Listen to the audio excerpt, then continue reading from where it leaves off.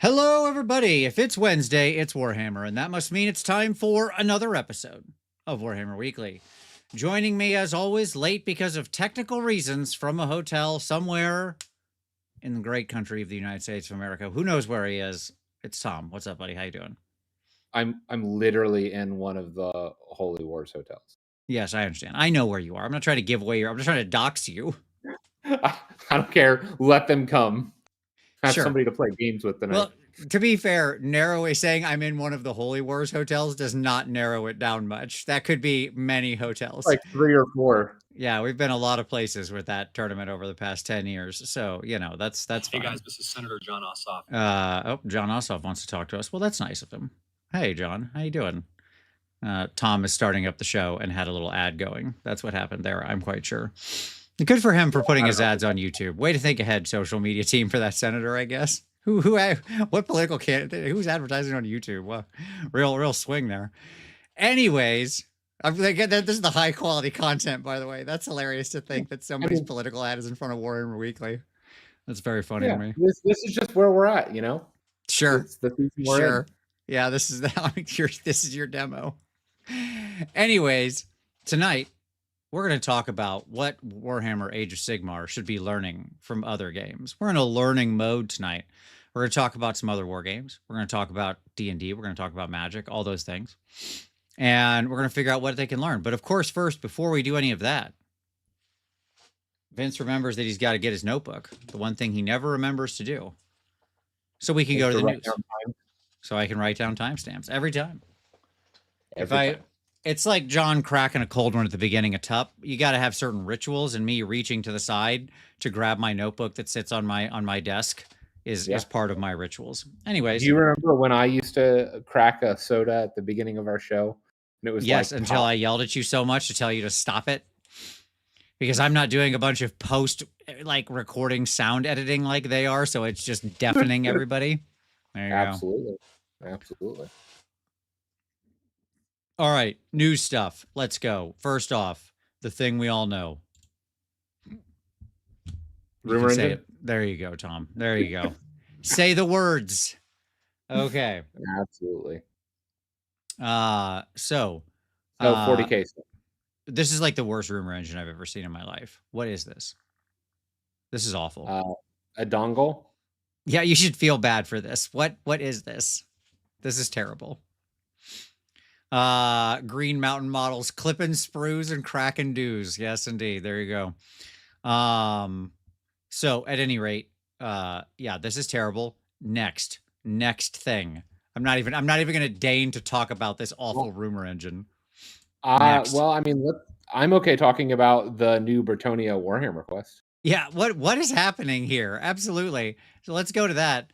Warhammer Quest Darkwater, Pirates of may or may not be included. And Grim Adventure in the Ruins of the Mortal Realms. Okay, we have a fairly regular looking dwarf, and then I assume an elf, and then like a Bretonian knight, and then what looks like a Bretonian damsel with some water magic. Who are these people? Who is this? I don't know. Well, and they're fighting over an abbey, right? Like that was a big thing with the the monks and the abbeys and stuff like that in Bretonnia, right? Okay, I'll tell you my biggest fear with this announcement. Like, first off, I'm fine with another Warhammer quest. Whatever, that's fine. They create interesting miniatures, so that's cool. Generally, there's lots of fun stuff to paint in there, so all good. Yeah. Bretonian guy with the Cities of Sigmar shield. Yeah, you're not wrong. Do you think this was an old world Warhammer quest and they're like, nope, change it up. We're using Blight Kings? I have no idea. That is what I want to unpack here. Those are like gore at the front, right? So I assume Pestigore, since it's all Nurgle stuff. So is this how we backdoor Pestigore into the game? I guess. Because I see Blight Kings obviously in the background. Yeah, there's Blight Kings in the back. Yeah. I mean, these 4 heroes are definitely dead, unless they're just super BA. But by standard Warhammer logic, these 4 are just dead.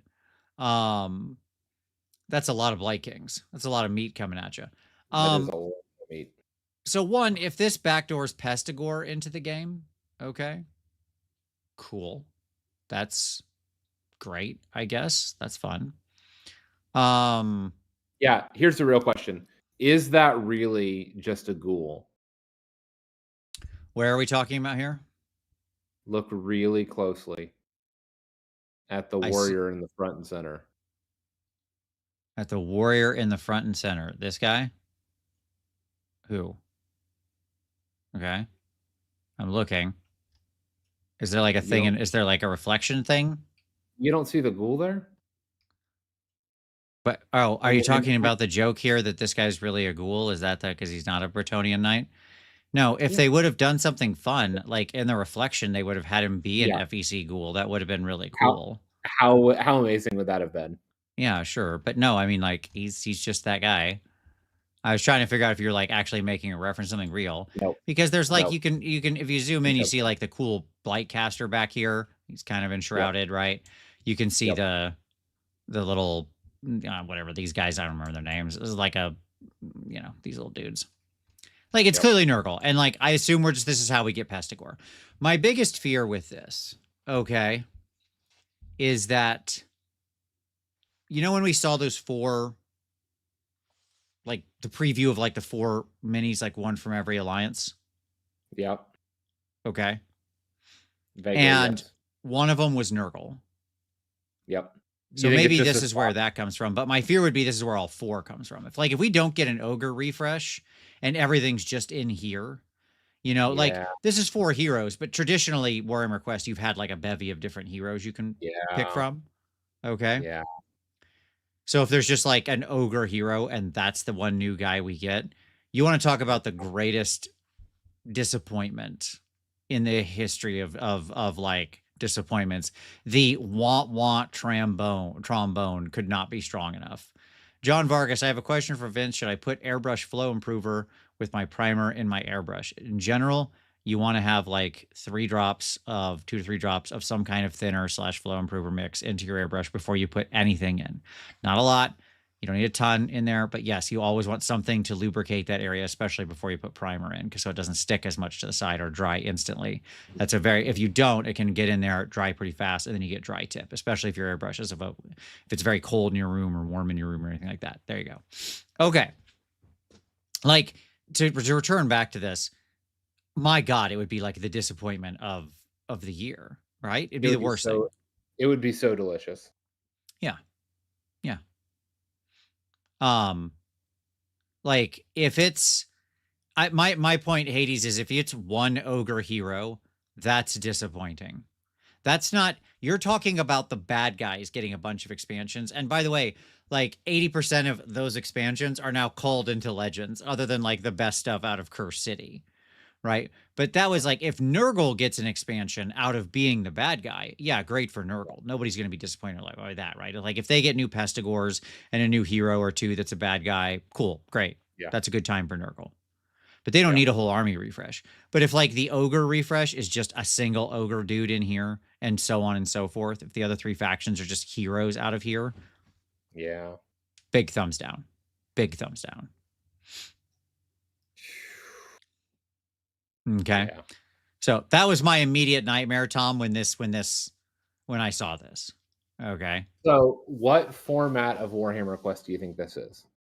Because that's the other thing I want to speculate about. Because with Silver Tower, we had like a self-piloting automated game. Mm-hmm. With Shadows or under Hammerhall or whatever. The Hammerhall one that required a DM. Right, like it required a proper DMing. The undead one defaulted back to the not Mordheim one. Defaulted back to like not an automated, like kind of more of an automated, but less, and it had like way more like journeying, questing, like reiterations. Like, what do you think this is? I have no idea. If they're smart, they'll make it have options for both. That would be the answer. The smart play here would be to make it so you can play solo or with your friends or have a GM run you games. That would be the smart play. Simple answer. Which of the, like, if they don't do all of that, what they pick, I have no idea. Couldn't tell you. Like, because your point is, are the monsters AI or do the monsters need a human to be behind them, right? That's really the distinction you're making. Yeah. And like how AI, how self-piloting, how random, not only that kind of that, thing. Like, there is a sense in which, like, Hammerhall was never really successful for us because when I sit down to play board game with my kids, like, everybody wants to play. Like, I don't have to DM. If I was going to DM, I'm going to play D&D, right? I understand. But I mean, me running Hero Quest for my friends was, you know, how I got all my friends to play D&D with me. Sure. Yeah. I don't know. It's interesting to me. It's interesting to me that they chose like the setting of this monastery or whatever. Sure. Yeah, like it's just different. It's curious. Yep. At any rate, time will tell. I'm sure we'll see pretty soon exactly what's going on here. So, but yep, that's a thing. As I said, I do think this is how they'll backdoor Pestigorian. Just the sheer number of them they put on the cover, right? Like there's like 5 of them here on the cover. Yeah. Tells me we're getting units of Pestigor. Yeah, there'll be a box of 10 that'll be included in this board game. And then they'll release the kit for just Pestigor themselves. That those sprues standalone in like 3 months or something. Yep. Okay. But that's not all, Tom, that's coming for the holiday season. No. If you were worried about having Warhammer under your tree, well, don't worry. Worry no more. Boom. Battle Force boxes. I hate the Skaven one. This is terrible. Because you almost have a good thing here. We got like 5 acolytes. Yep. Awesome. We got like a weapons teamy thing up here. Great. Cool. Giselles. Yep, that's fine. We got this Arch Warlock. Dumb model. We've got this, the Warp Blaster, which is a bad war machine right now and is no good. And then the bulk of the box is these 20 Storm Vermin that are Garbo. So there you go. And they're great models. I don't want to. Super disappointing. Yeah. Like. Well, I mean, I'm going to go out there and say it. Like, I was generally disappointed with all the boxes. The only one that in another life would have grabbed my attention would have been the troll box, but I already have everything there, so there's no incentive for me to like get the trog box. Sure. Well, I've got here our next one here is our blood people. Yep. Just blood people. These are people who are big fans of blood and or things that are big fans of blood, I suppose. I don't mind this one as much, actually. I assume, by the way, these are all going to be like $210 to $230 or somewhere in that range. That's usually they're probably $230 is probably what it is. Yeah. $230. Yeah. Before discount, obviously, some places will have them for 20% off and blah, blah, blah, blah, blah, and all of that kind of stuff, right? Yep. But this one's cool because Vorderai is like an amazing fig. This new fig is like really incredible. Blood Knights are great. You get 10 Blood Knights. Like this is a viable army you would run. Like all of these units would probably be put into an army, right? Yeah, that's true. And like the bats are perfectly good. You will often use them. The 10 Blood Knights are great. They're very powerful. You often see lists with 10 Blood Knights and Vorderai rules. So like, great. Okay. Yeah. Jim Kremen says last year was 240 list. Okay, sure. So 240 probably. I assume it'll stay the same before discount. Sometimes in the past they've been known to vary them a little, but who knows? They may get it. They might be tight enough now that they're just like, nah, it's all one price. So yep. I like this box. This box is good. This is fine. Yeah. Vorderai is very expensive, so that's cool. Like this is probably a worthwhile kit for that. If you can get this for the 20% off, so it's a little below $200, that's probably worth it for that. If you're going to play this army. Yeah, I would agree with that. Trolls, if you're feeling dank, then this is fine.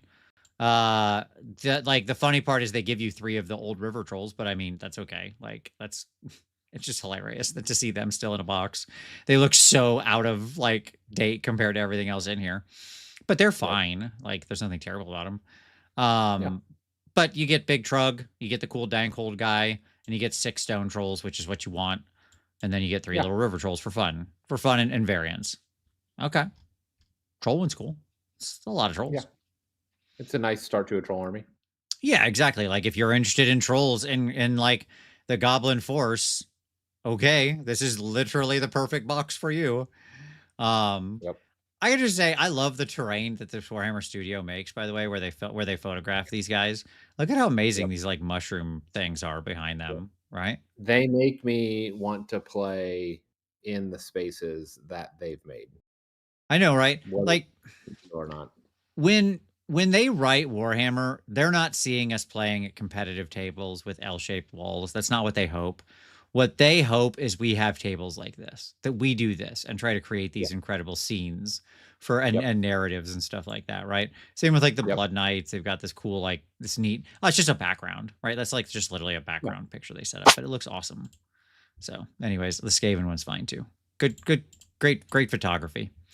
And then finally, the one that I truly care the least about, the Sylvaneth one, we get Dryka, who does rule right now. Like Dryka is hot. Sure. You get a Tree Lord, which can be obviously that kit makes any of the Tree Lords, which is cool. So it doesn't have to be Durthu. It could be the Ancient or just the regular Tree Lord or whatever. You get like 15 Spite Revenants and like 20 Dryads. 20 Dryads. Okay. Sure, bud. Sure, bud. I don't know what those dryads are doing, but okay. What they're doing is we're trying to move some stock here, homie. We got a lot of this kit that came out in 2006. We gotta move some product. Them dryads, they might as well be the packing peanuts in the box. Yeah. For how much filler they are. Yeah. But like it's fine. I mean, I've never particularly liked Spite Revenants. I suppose if you wanted this type of force, it's okay, but I legitimately do not know when you'd ever use Dryads. Dryads have just basically never been anything ever. Yep. It's unfortunate. That's what I'll say. Hades said, GW missing out on so much money not doing more terrain, especially racial. I'm going to add Hades or realm specific terrain. Yeah. I think that would be the winner. Right? I still think that they could have sold like realm boxes. Yeah, realm boxes would be amazing. Or, yeah, like how they did with Gur, but you do that with Olgu and Shimon and yeah. Yep. So at any rate, there's your 4 Battle Force boxes for this Christmas. That is true. Spite Revs do also make Tree Revs. It also is a dual kit. Yes. Excellent point. So you could have like, I mean, you could make like 5 Tree Revs and 10 Spite Revs, I suppose. Which is fine.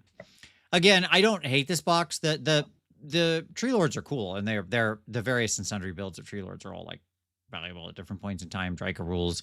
A unit of Tree Revs is good. I don't know if you'd actually use 10 Spite Revs, but there are some armies that I've looked at that I think you could run them.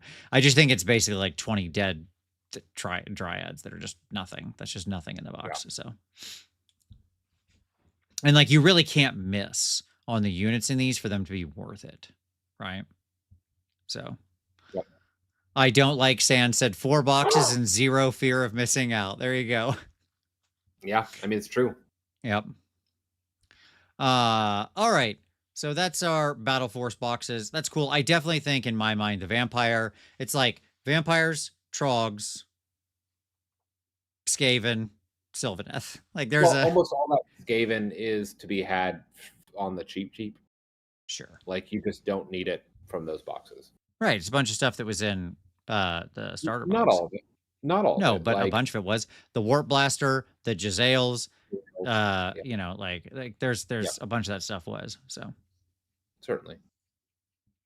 But at any rate, it's fine. It's more the fact that like the Warp Blaster hasn't been good since it launched, and I don't think it's ever really going to be good, at least until like there's a major edition change. You shut your mouth. I'm taking it to Holy Havoc this fall. That's fine. Prepare to be disappointed. I've tried to shove that thing into a list so many times. I already was last time that I played it in January. Yeah. It looks so cool, but the issue is it's just like the Warp Lightning Cannon is obviously a better war machine if that's the type of thing you're going for. It accomplishes more. So, correct. Okay. Yeah. But this has mobility. Sure. Yes, it can drive slightly faster.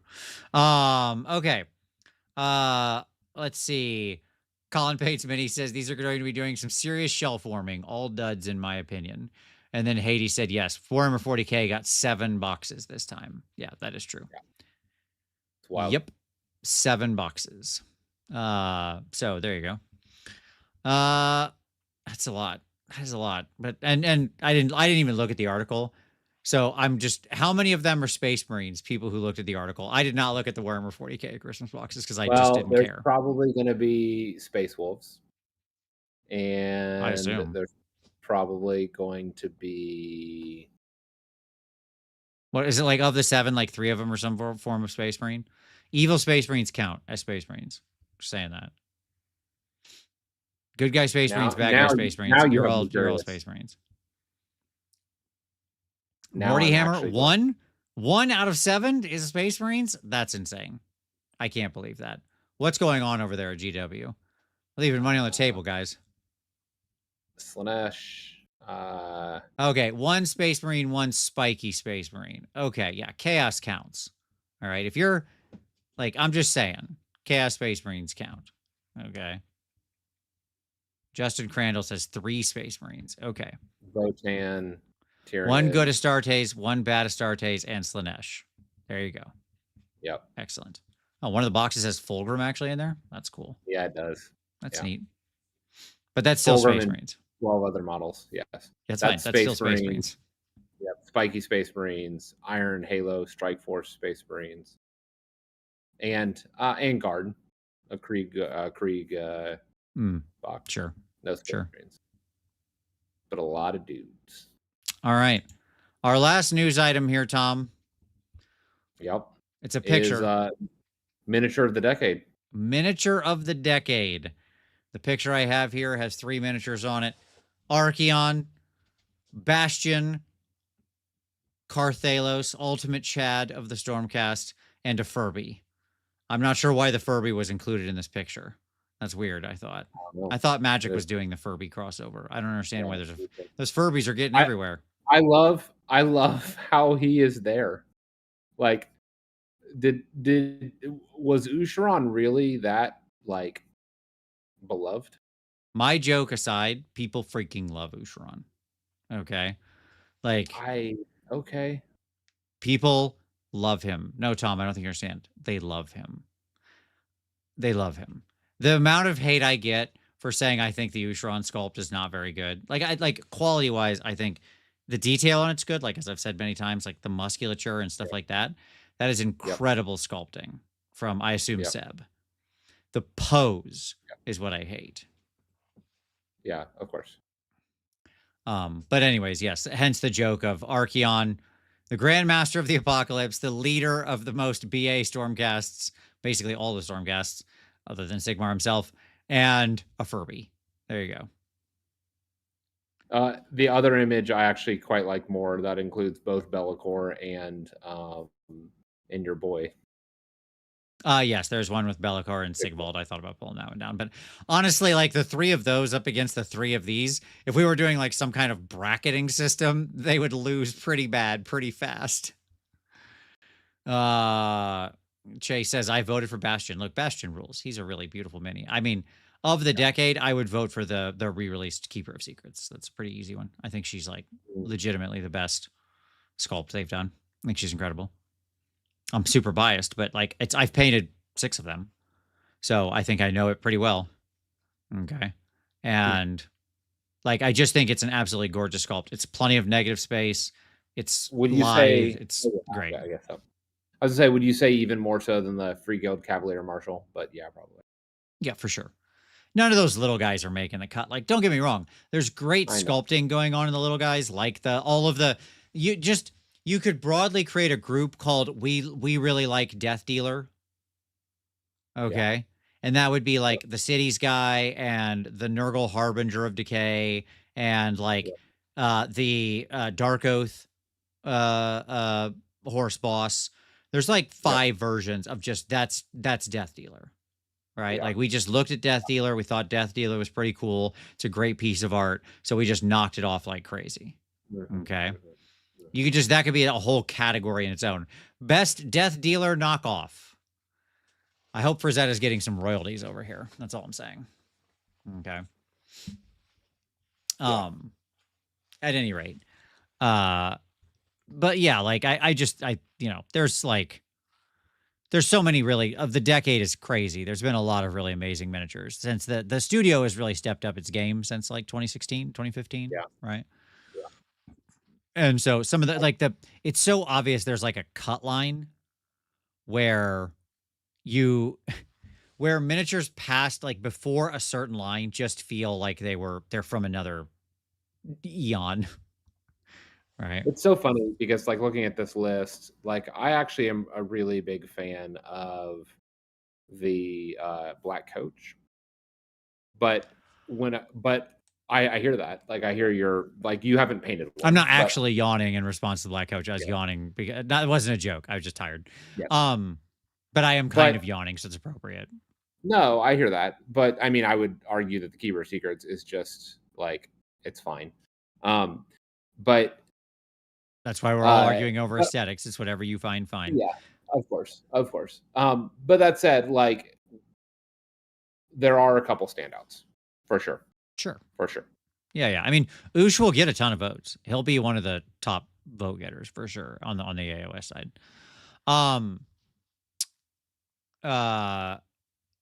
Latin Mega Bosses won some golden demons. So Soper won with, it wasn't actually a Mega Boss.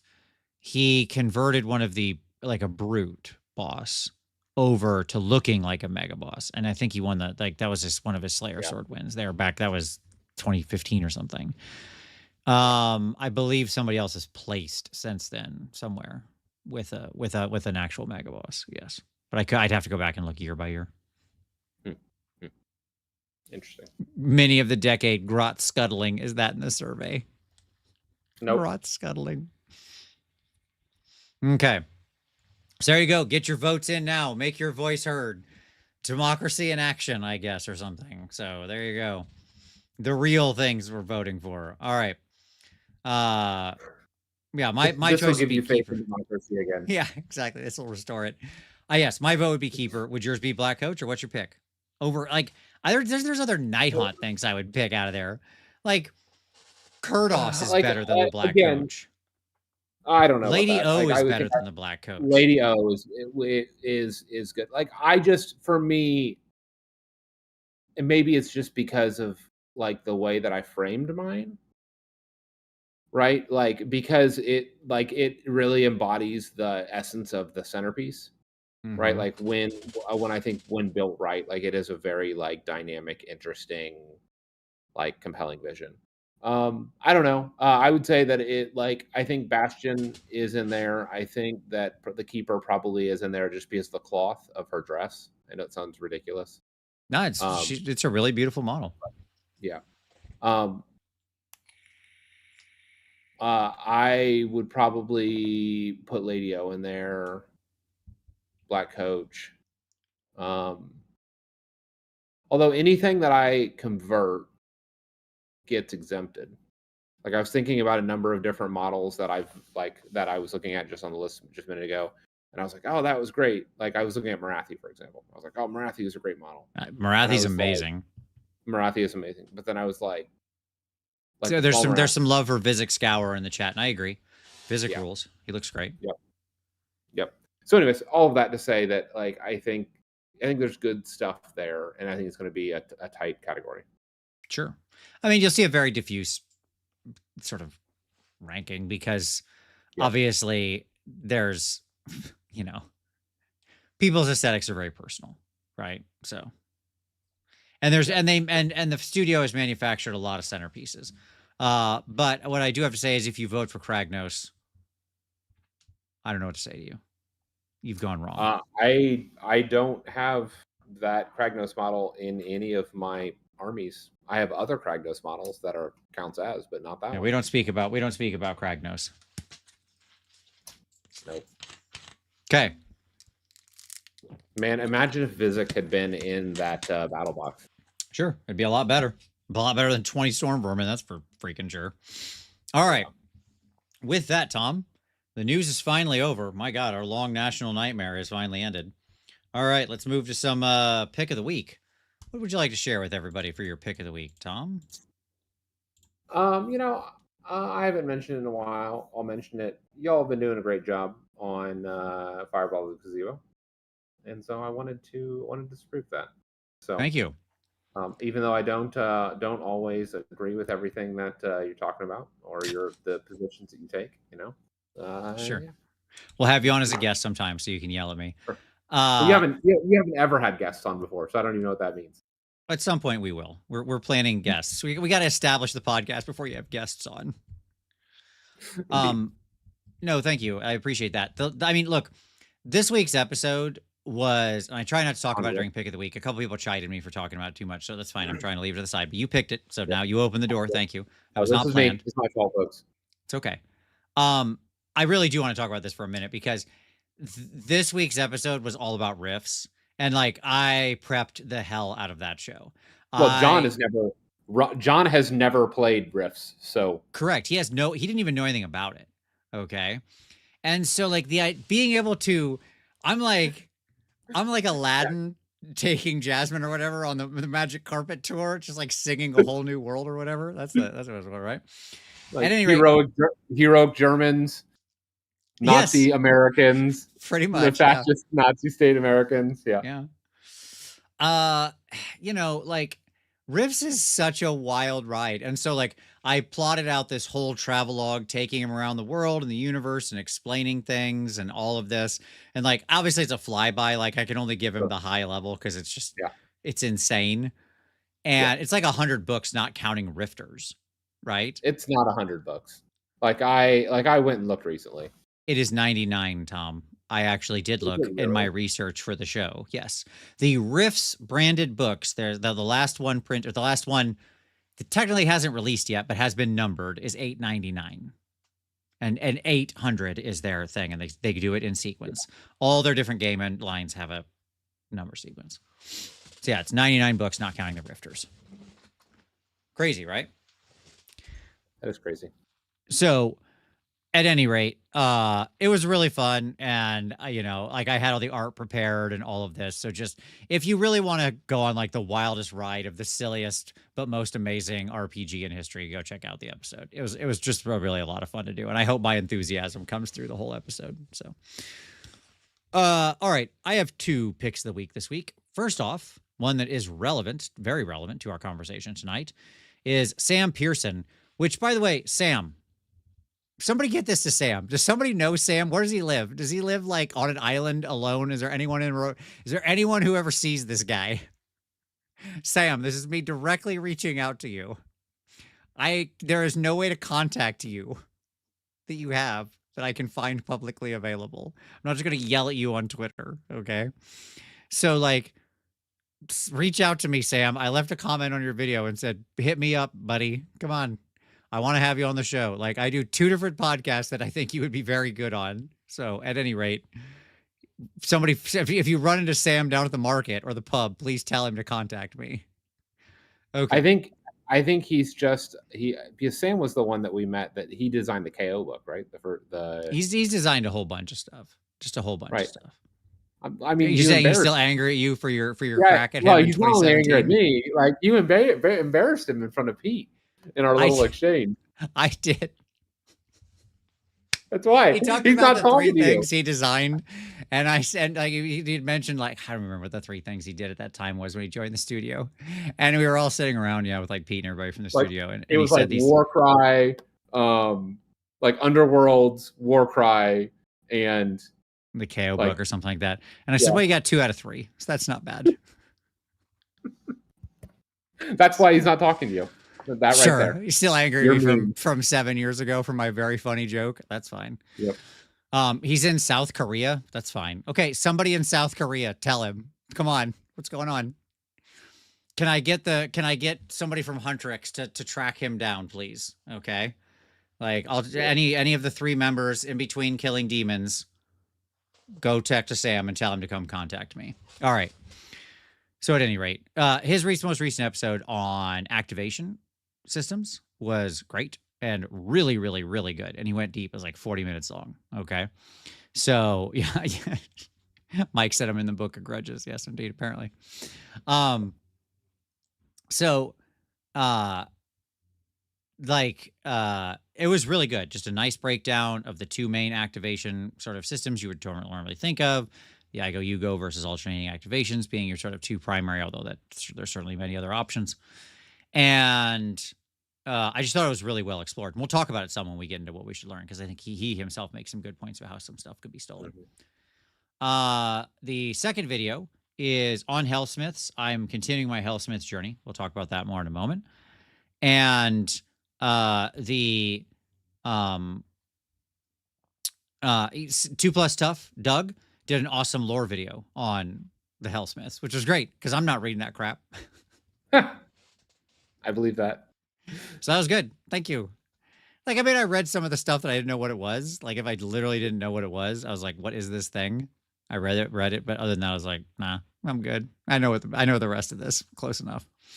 So, at any rate, all right, so check out both of those, both linked down below. Everything we talked about is linked down below. So you can go find Fireball and all the other podcasts. All right, let's talk about some hobby time.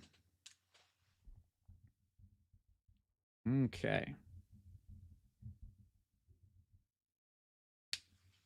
So, Tom, you are in a hotel, but you brought terrain with you to keep painting. Is that true? Yeah, I've been working on cleaning walls, dungeon walls. Everything's primed. I just need to get it the little like tags cut off. But like, I wish I could show you my setup. Like, I have my full like lucent light here. Mm-hmm. Sure. Like, nope, yep. Nope. Now we're blind. Nope, we're still blind. Yep. There you go. Sorry, right. The full deal. Like, I have my my huge monument paint, like, yeah, sure. paint case, like my travel case, the whole deal. Everything's set up. It's been great. I've been traveling for since the start of the week and drove up here, so brought all of my stuff, and I've had some killer time working on D&D terrain. It's been great. That's awesome, man. That's great. See, that's good hobby time. Terrain counts, as we've talked about. Yeah, it's fine. You just keep painting. There are some people who just like that's their main thing. They just love doing terrain. So maybe you've always been a terrain guy. So, you know, it's fine. Yeah, and now I get to paint sewer walls. It's great. Sure. I'm very proud of you. Your hobby dedication, honestly. All right. For me, my hobby time. So I finished up my first unit for my Hellsmiths. I painted up the spear guys. So I got my unit of spear guys done. There they are. So I got like, it's just, you know, standard 10. I should say I don't have their bases done because I'll do all their bases. Like, I'm not going to do bases individually. I'll do bases all at once at the end of the army. So got those guys done. I thought they came out pretty well. So I'm happy with that.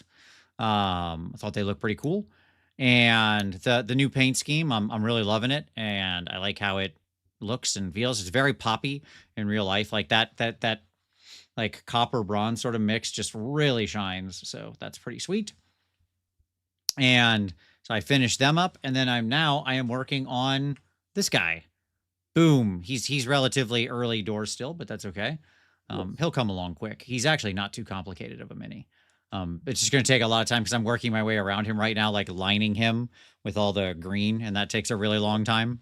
Every little rivet, every little thing. But this dude rules. This little like Dominator engine. And the neat part, Tom, check this out. You can do this. Oh, you can assemble him so his arms still move. Isn't that cool? Okay, well, I saw a wonderful conversion for those that magnetize those joints. Yeah, you can magnetize the arms. Yeah, it's pretty easy. Cut off one piece and glue the magnet into the other slot, and the width of the one like peg like fits the magnet perfectly. Like, yeah, it correct. slots in. Like, yep. Yeah, like there's a really easy magnetization for arms. Absolutely. I don't like magnetizing things. I don't like losing arms because that's just a recipe for losing a freaking arm or something, right? Sure. But I like the little shooty guy anyways. I'll probably build a second one at some point. So I'll put the little hammers on his hand. But yeah, so that's that. I also like I assembled everything and have everything primed, including sorry, I should have got this beforehand. Like, that's painting, but I'm going to go reach over and grab it. Here we go. So I had extra parts, right? Because I assembled out of the box, you get like the stuff to make the shooty bombard or whatever, right? The one with the you get like you can make the missiles or the mortar, right? Yep. And I made the missile one because I thought the missile one looked cooler. Sure. But that meant I had the cannon still extra. Like and short study barrel. Well, yeah, fine, whatever. So I was like, well, I bet I can convert a new little train out of it. So I did. Yeah. So here's my little Hellsmith. There's a guy who normally sits inside there. I don't have the guy in there right now. He's separate. And like it's got little braziers on it, right over here. You can see those. Yeah. A little chaos front with the little bull face on the front and the back, and then the little bombard, right? So there you go.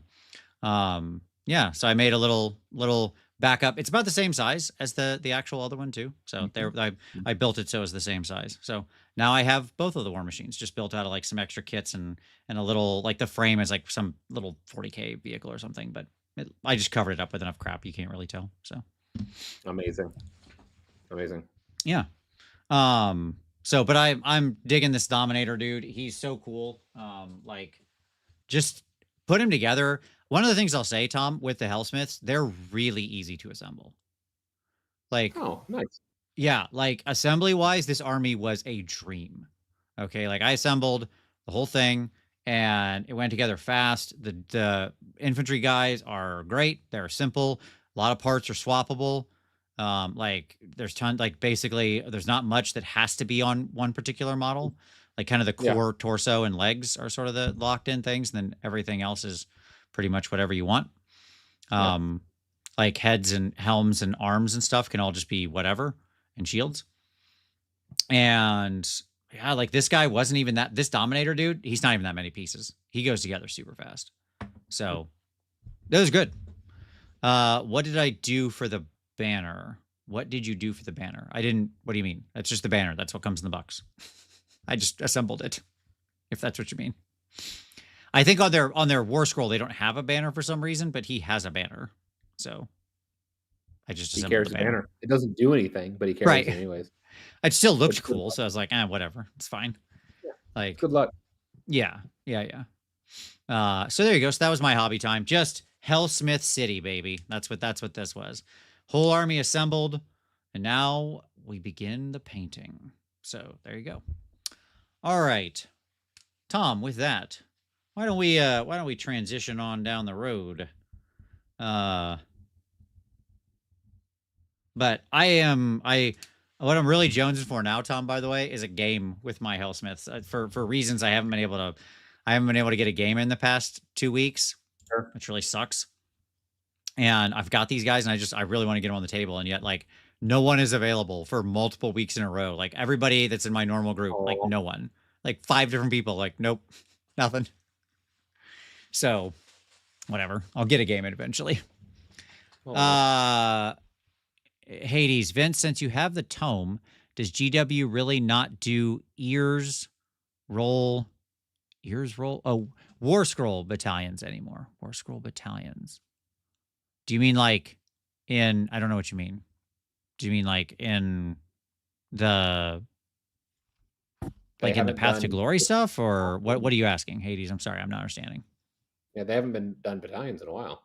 Yeah, like are you asking about like what they used to have, like the old stuff? Or are you saying like something, is it like a Path to Glory thing? Like what are you asking? Just not sure. Anyways. All right. Main topic. What should AOS learn from other games? Oh, like in 2nd edition. Oh yeah, no, those are gone. Those are well gone, my friend. Well gone. Unfortunately. Believe me, many of us would love to have something like that back. But we've got Armies of Renown now, which are okay, but need some work. So, Tom, I am a big fan of looking around the universe of all the games that are out there. Sure. And saying, hey, what are these other games doing? What should we make steal? Games. We do make games. That's right. So I go to my standard statement here. Good games borrow, great games steal. Right? Sure. An adage I have believed in for years and years. Okay, let's see. Hades says, but do they not have them in Path to Glory? Hold on, Hades. I don't look at the Path to Glory section, so I don't know. But I'll look for you. Where is Path to Glory? It's in this book somewhere, right? Path to Glory. There it is. Okay. That's spearhead stuff. Some kind of Anvil of Apotheosis rules. Some archetypes for your heroes and mounts and stuff like that. Upgrades. You've got different paths. This is what they have now. It's this kind of thing. Like the Path of the Overlord. And so I know they've got these. They put those in the books. And that's it. That's your Path to Glory stuff. There you go. Hopefully that answers your question. Okay. So I think there are many successful games with interesting designs. Okay. Yeah, by the way, hey, don't forget that saying this, Vince is checking and it's not even a super chat. Look, man, I want to take care of you folks. And Hades has been around for a long time commenting. So nothing but respect. I know our regulars. But anyways, yeah, don't forget super chats there. Support the show. It's awesome when you do so. Thank you for doing so. Don't forget to like, subscribe, do all the things, click things, make dings. It helps. All right. My strong stance, Tom, is that we need to look around other games, figure out what they're doing that we could beg, borrow, or steal, even if it's only thematically, right? I'm not talking about lifting the entire mechanic. Yeah? Sure. Okay. Yep. I think we already did this to some degree, clearly, right? Because we implemented a version of like the stack, a light version of it. Yep. Right now. Like in fourth, we did that. Right. Well, we didn't functionally have the stack now. I had nothing to do with it. But Matt Rose and his team did. Right? Yep. And it cleaned up a lot of timing and interaction, let's be honest. Okay. Yep. If it wasn't for the existence of manifest, like I know Gareth's in the chat. Okay. Gareth, I got a question for you. Assume manifestations don't exist. We get rid of those. Okay. And assume faction terrain just remains a weird building you put down that does something. Like it's not attacked in any way other than like a few special rules that can smash faction terrain off the board. Okay. Doesn't have like health, doesn't get attacked, all that kind of crap. Okay. If there's no manifestations and faction terrain is still just something you set up that does a small thing. Does that eliminate like 90% of judge questions or 80% of judge questions, 70% of judge questions in tournaments since the launch of fourth? I would assume so. Yeah.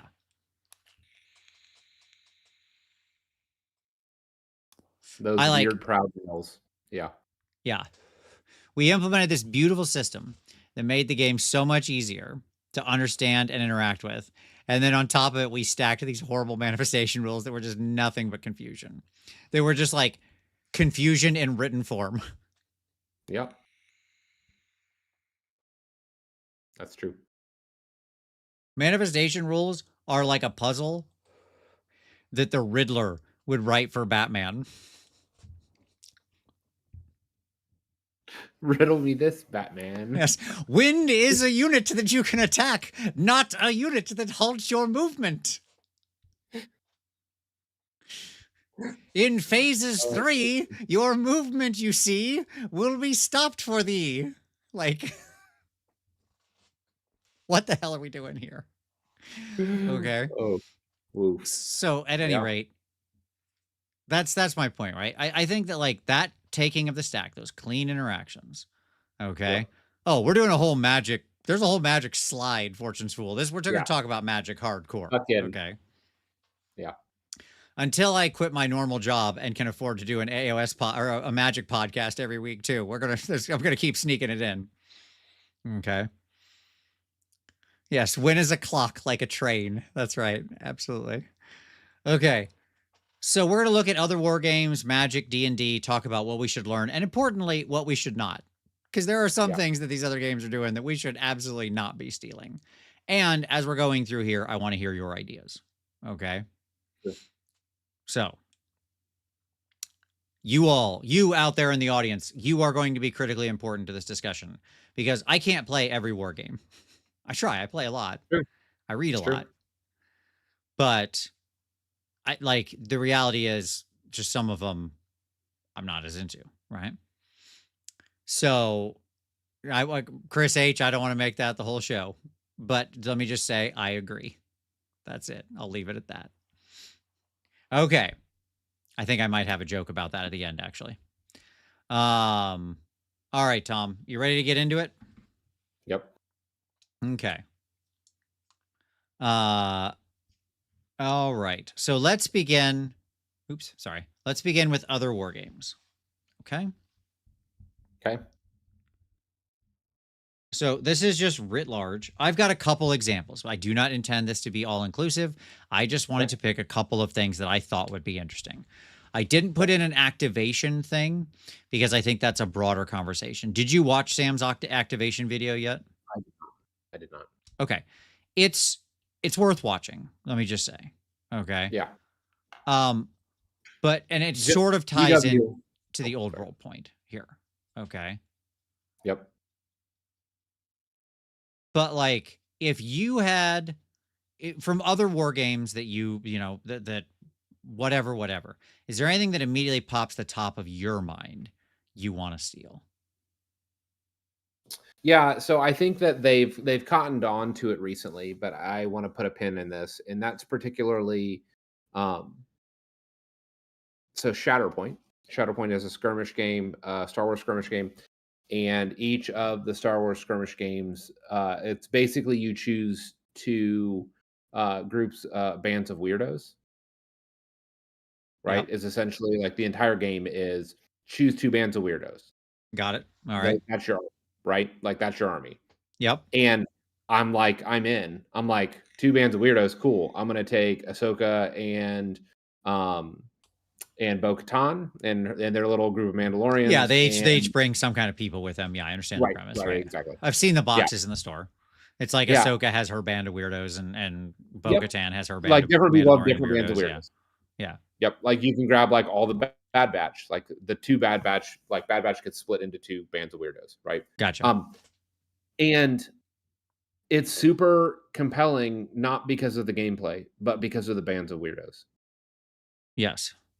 Like that entire game was sold to me. I was like, I'm in because I get to buy them. You know, I get to have Din Djarin, I get the Mandalorian and Grogu and the IG unit and Grief Karga. Right? Okay. Like I'm in. Like I want that band of weirdos. And I think that like GW could learn. They've begun to create bands of weirdos for lots of different armies. And the Underworld's war bands obviously harken to this as well. Less so to the Warcry, but somewhat to the Warcry war bands. I think the game could use more bands of weirdos that have interesting stories. Okay. So right? Gunner's Band here would be the example that I would immediately run to. Yeah. Yes. Yeah, like that kind of like the game, it's like Free Guild Command Corps is just nobody. It's just a weird group of weirdos because that means it's a nothing. nameless group of weirdos. Yeah. But like if you give me Bastion and his honor guard, you have my attention. Sure. Yeah, I got you now. I see where you're going. I was going to be against this, but now I'm back on board because to me, like Gunner and his people are like way more fascinating because they're like a family. They have a narrative. They're interesting. Neve Black Talon and her group, right, would be the other good example. That's exactly right. Okay. And so like where they've done this well, they are bands of weirdos that have a story, right? And that like I am compelled to want to build and paint these, even though I don't care about the army. Sure. Yeah. So what you're really talking about is like, let's take a special character, give them their group of people who are around them, right? That they have some connection with, that we've been involved in a story with, and allow those to be taken as like some package within your army more effectively. And what we'd really be doing here is you're not talking about for your whole army. You're talking about like the ability to include these into your force. So you can have like, as opposed to like when Archeon shows up, there's always a bit of like a narrative break because it's like, why is the Grand Marshal of the Apocalypse? Yeah. Right? Yeah. Yes. Yeah. And, Kato's new warband is a good example of this, right? Even though I think his new fig is way worse than his old one. But sure, Cato Etchazar, the vampire dude and his friends. Yeah. Okay. And I don't think it's Regiments of Renown, Hades. I really don't. Because Regiments of Renown are exactly the opposite. That's just boring groups of people that have no story behind them. Like, I'm not against, I generally hate regiments. I personally have no interest in them, but I understand some people like them. It's fine. I'm okay that they exist. It's just, they're not for me. But there's nothing there. It's just a group of people most of the time. Okay. I think what let me see if I understand what you're arguing for. What you're arguing for is build up the narrative of more down to earth characters. So not the big mega lords, but just like Neve, right? These people who are closer to the ground would be more the equivalent of like 100 to a 200 point hero or whatever.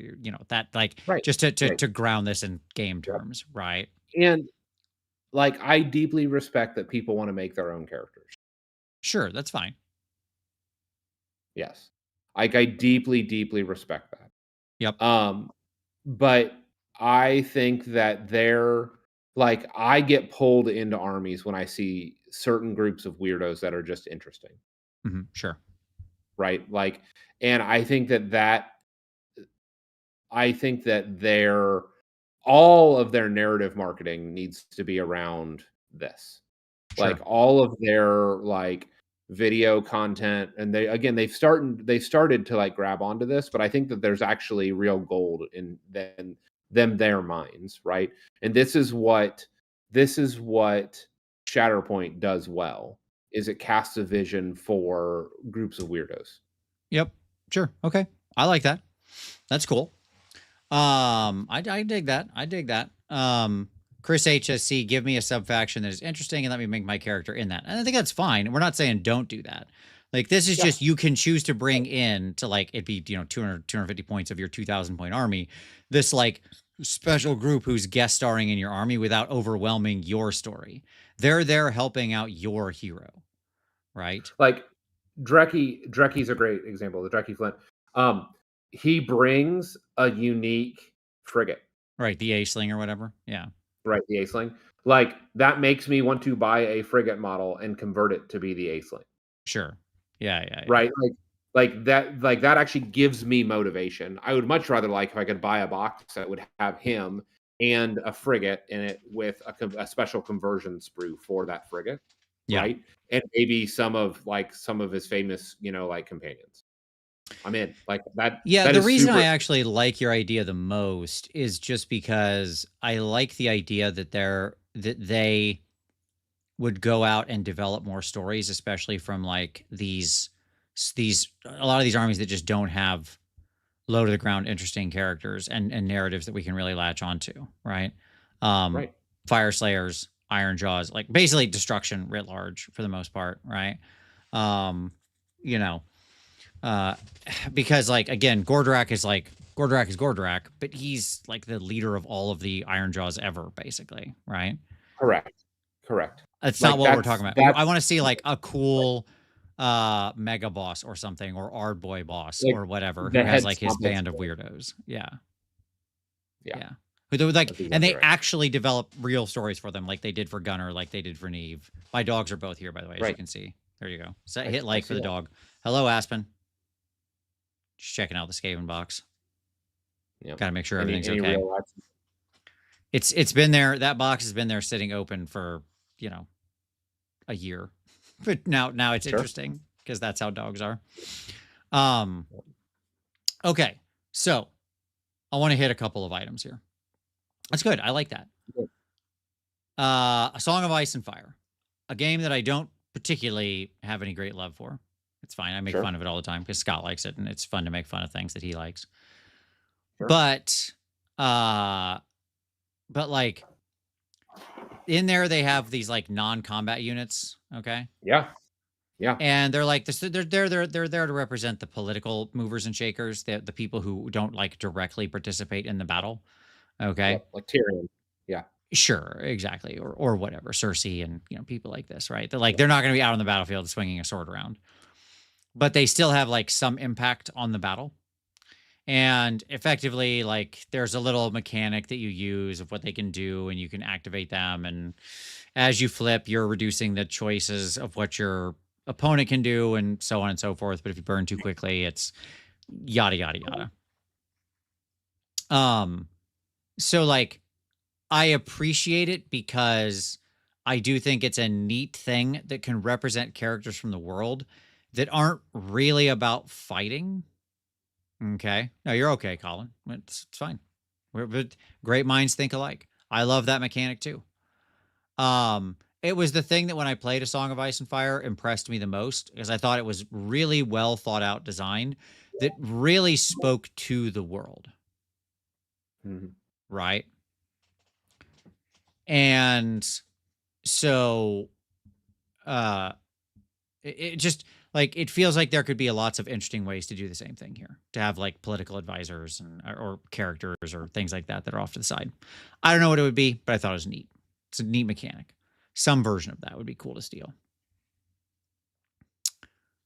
I'll go right to my second one here. Brentwood, is there female Skaven? I mean, ostensibly, yes. They like how the narrative is treated female Skaven is different at different points in time. But like, assumingly they all look the same. Like that is to say, there's no physical difference because they don't have like so assumingly, yes, a bunch of the Skaven you're fighting are both male and female, and they basically all just look alike because they're rats.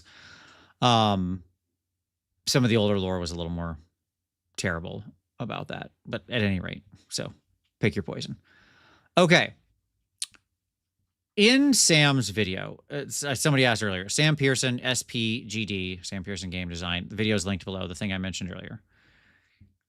In his video on activation, one of the really fascinating things he talked about, Tom, was the pace of the game. Okay. And I know I'm a big fan of like somebody said, Vince, you're always arguing for the game to speed up. That's not exactly true. Okay. I'm asking not to be slow in a game where everybody else is fast. That's what I'm asking. Okay. That is very different. I complain about my Iron Jaws sucking wind and moving around 4 inches when the other army can catapult their entire force into me at the top of 1, and I don't have that choice. Okay. So, he made a couple of different charts on the game, and he was like, look, the way that the game tends to work in something like AOS, because the way the game activates, is the action is super front loaded. And it's like, so imagine the 5 turns, you got a little bar chart of like how much action is happening. And it's like 1, 2, 3, 4, 5. Right. Yep. And it just like 3 drops by 50%. And then in turn 4 and 5, they basically don't exist. Right. Mm-hmm. And he's like, the problem with that is that that's not really the pace you want for a game like this.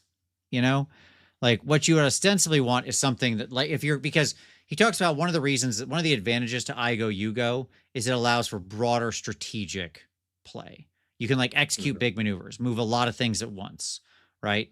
So as opposed to like alternating systems where it's much more tactical, you're constantly responding. They move here, you move here.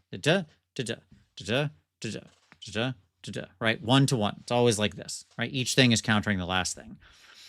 Yep. Whereas with like I Go, You Go, the advantage of why they like it in army games is because it allows you to execute like a broad strategic plan. You move these guys here, you set the trap, they come in, then like you collapse, you have 3 units charge, you bring in your shooting unit, you weaken this thing, you blow up a unit of chaff to clear the way, right? And so on and so forth. And like the trap snaps shut and you win the game through like this big, broad, like you're the general moving your pieces around this massive board, the feeling of strategic play. Yep. Right. And what he pointed to was like the old world. In the old world, their game looks more like what you might want it to be, which is like 1, 2, 3, 4, 5, where it's kind of a pyramid. Yep. It works towards 3 and steps down from that. Right. And the reason for that is very simple. You just can't do much. Like your units aren't that fast. So like you start 24 inches apart and your units can move like not over to the enemy. They just can't get there. Right. Some war machines can crack some shots off maybe, but that's about the extent of it. Right. Mm-hmm. Mm-hmm. Other than that, you're like spending round 1 positioning, spending round 2, a couple units begin to engage. Round 3 is where most of the armies fight. The winner is sort of determined, and then you start to go down as things are removed. Right. So, I do think that's interesting because we have let AOS get really fast. Like just really fast. Yeah. And I wonder if that's not actually a problem that we should like learn from. If we're going to keep this pace, as he points out, like if we're going to keep the I go, you go thing, it's really bad to combine it with that kind of tempo. Do you think reducing all movement by 50% would change that? I don't know, man. I don't know. I'm not sure. I don't know what the answer is. Because with teleports, I think it consolidates power in a handful of in armies. Sure. One of the things he suggested, okay, in the video, which I think is an interesting thing to talk about here, of like a thing to steal, is there's a couple of games like this, both already in GW's oeuvre, and he does touch on like why they experiment with other activation systems in their side games and not in their main games, right? Yeah. But one of the things he points out that I think is interesting is that the deployment doesn't happen all at once. Yeah. Okay. True. And so like obviously going like the game's too big to do like a unit at a time. So one of the things he points out is like bringing down effectively, detachments, regiments. And there are GW games that do this. Right. Yeah. Yeah. So like, because exactly, I think constraining movement is just going to feel weird. Like, no, some cavalry units need to be fast. Some things need to be fast. Like it's fine. The trick would be like not having your whole army at your disposal round one, right? So you're actually making like real choices about what you bring in, So like you start with one detachment on the board and then another one shows up, then another one shows up, then another one shows up, or so on. That would I worry about the pressure that would really put on getting down to like low drops. So you'd have to like reinvent the whole regiment system to a great degree to force people to go wide. Right. Because otherwise everybody's going to try to get into 2 drops. So like basically in round 2, assumingly you have your whole army on the board. Because like if we just did that right now as it exists, it wouldn't work. Right. And that's the thing about all these ideas. You've got to make them fit in the actual game. No. What if rounds 1 and 2 can only be backboarded, but any units come in round 3 can come on either flank? Sure, that's fine. Like you could do lots of things. My point is just like it would still really, yes. Warcry had stuff like this. Legion Imperialis, Conquest, I believe, does some of this. Like there's lots of games that do this. It's not like some radical mechanic, right? This is like a very well-known established thing to try to balance out the front loading problem, right? Mm-hmm. But like whether it's that or something else, it does feel like there needs to be something that slows the pace to some degree. You can do it through mechanics where people just like have a lot more incentive. Like it's just a lot harder to alpha strike people, right? Like a lot more armies have mechanics where like when they're in their starting zone, they just get a lot more benefits and defenses and stuff like that, right? Or chaff. Sure. You could have more chaff. You could make chaff an actual thing in the game where it's just like easy to take and cheap and available, right? Yeah. Like there are lots of things you could do that slow down the game. Force drops. You could do it at a mechanical level. You could cut a lot of teleports out. You could push back the range on teleports. You could make it like 12 inches instead of 9. So the charge is just impossible. Right? Yep. So it's really just about like positioning, but not attacking. So it becomes a purely utilitarian capability. Right? Mm-hmm. Like, but the point is like, regardless of which actual fix you use, I do think there's some value there. Yeah, there you go. Gray Boy with the super chat saying Conquest does units that are specific levels like light, medium, and heavy. Yes. Yeah, he does mention that in the video. That like you can break things down. You could have like instead of doing it on detachments, you could do it because he does point out the problem of like the detachment issue. You could have it like there's a couple of games I know it's Conquest. I know there's a couple. I think there's a World War II game that does this as well. Where like light units show up first and then medium and then finally the heavies roll on, right? That kind of thing. But so sure. Again, there's like 20 options. Okay. I don't care. Find one. Yeah. I mean, what do you think? Is this speed a problem or do you like just like, nah, let's go for it. It's all round 1. Who cares? That's where everybody. No, I think that speed has been a problem since alpha striking became a tactic. Yeah, and I don't even know if it's really just alpha striking. No, it's more not like, alpha striking anymore because everybody is doing it. Like, yeah, my everybody has point is the like, ability there's a to lot of punch hard. armies that can't get all the way across the table meaningfully at the top of one. No. Okay. But if the Sure. opponent moves at all, Correct. then they're on you. Right. Exactly. Yeah. Like, that's what I'm saying, is that everybody or many armies have the ability to reach out and touch people.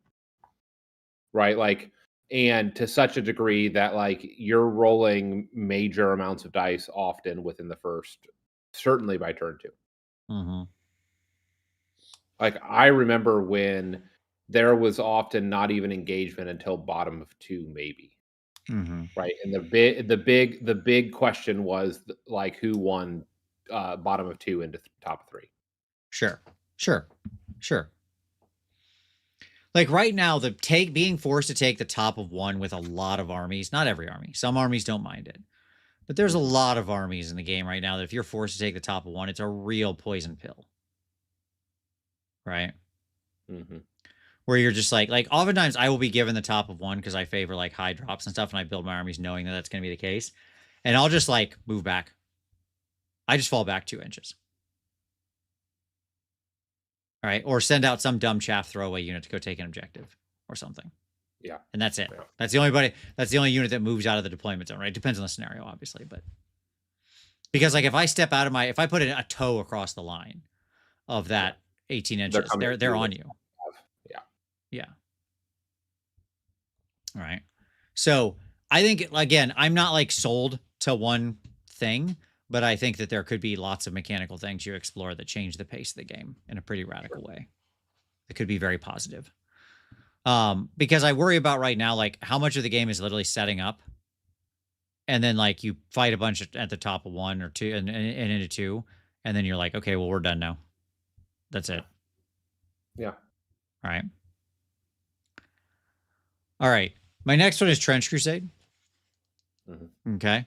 Amongst many others. I just happen to pick it because it's the top of my head because I've been getting into it lately. So, that's all. But just the list building and customization. You really get to customize your little guys. It feels pretty good. Okay. Sure. Like, somebody had made a comment about, like, I'd love to be able to just build a frigate and then, like, customize it. Yeah. Yeah. Yeah, that would be great to choose Right. what weapon systems are on it and what automated defense systems, and, like, to build your custom ship. I think that would be really cool. I don't even know if I'm going that far with my statement, but I don't know that I'm against that. Is my honest answer. Okay.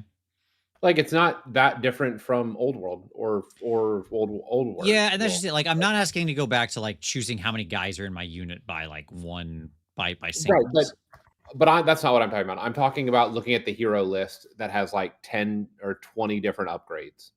Right? Sure. Like, is he mounted? Is he on foot? Does he have a griffin?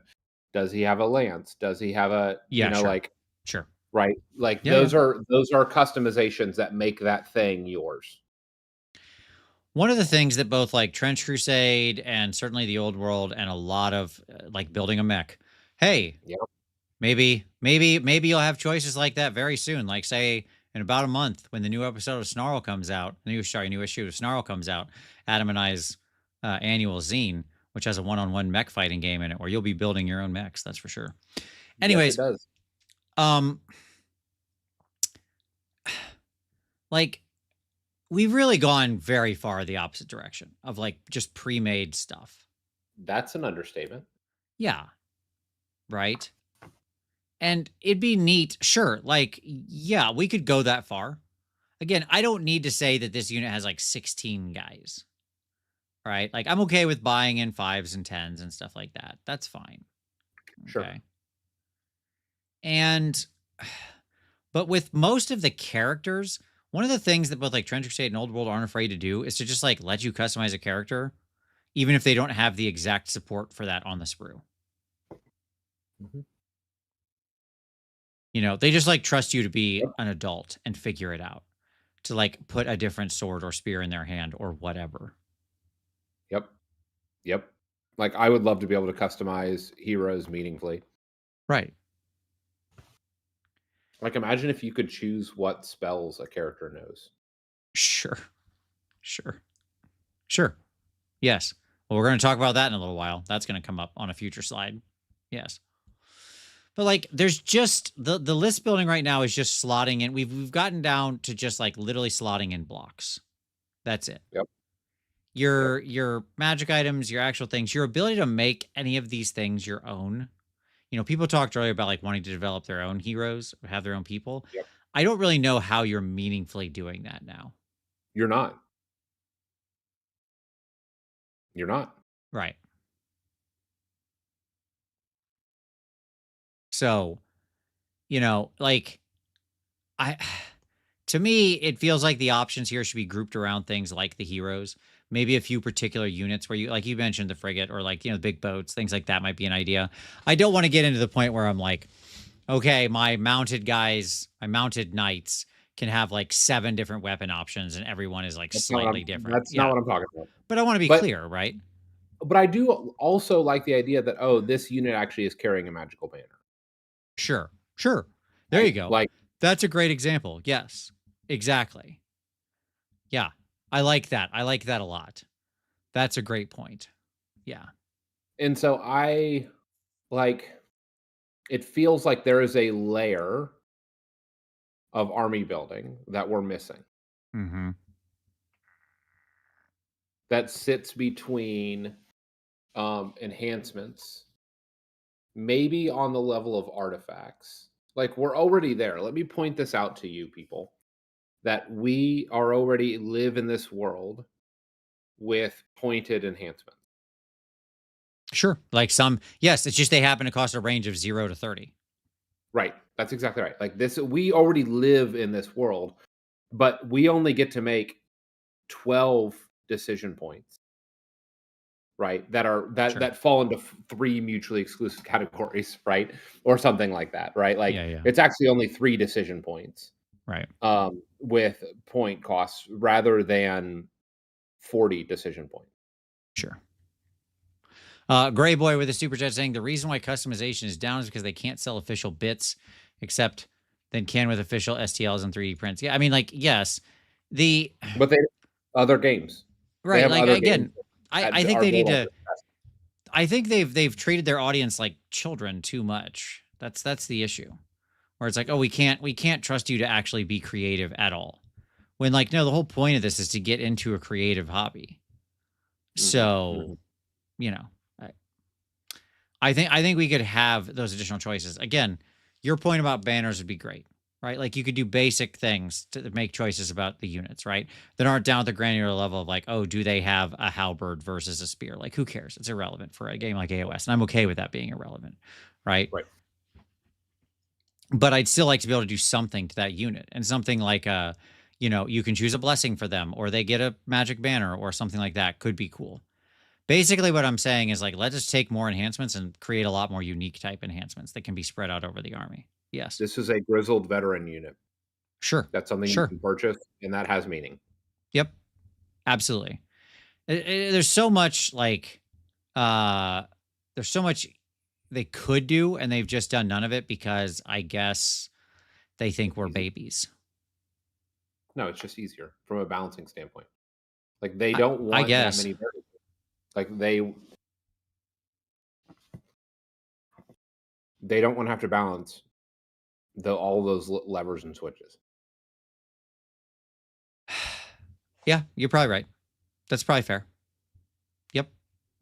They want a controlled system. So in the name of balance, this is where we're at. I don't know what the I'll say this. That seems like a very likely explanation. I think it could be multiple things rather than just one, right? They could want to have the kits be like this. They could want to have balance be a thing. They could want to not overcomplicate and keep it very simple so it feels very newbie friendly. You know, they could want to like have AOS feel like a real starter game that then like get you into their broader ecosystem. So you go play other games they have as well, right? So they want to keep the barrier of entry really, really, really low. Right. I think all of those things could be factors in this. So I don't know. I don't know. Okay. But yeah. Unkindness, I really don't want to play Path to Glory. Like, I know I see a lot of people say that. Like, I don't like Path to Glory and all the extra stuff it hangs on the game for everything else. Like, I don't need that other stuff. I don't need a whole this entire extra rule set jacked in. Nor do I want to build my force over time. I want to build an army and be able to customize that army to be my army. That's what I want. Okay? And I'd like to build that as a 2,000 point army. Thank you very much. That's what I would like.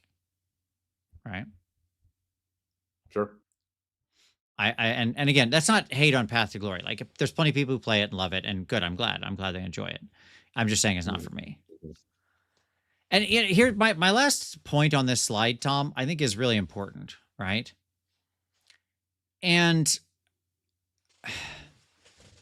one of the things you often deal with, especially with something like D&D, is you got to be really careful how much you change a thing before you kill the soul of a thing.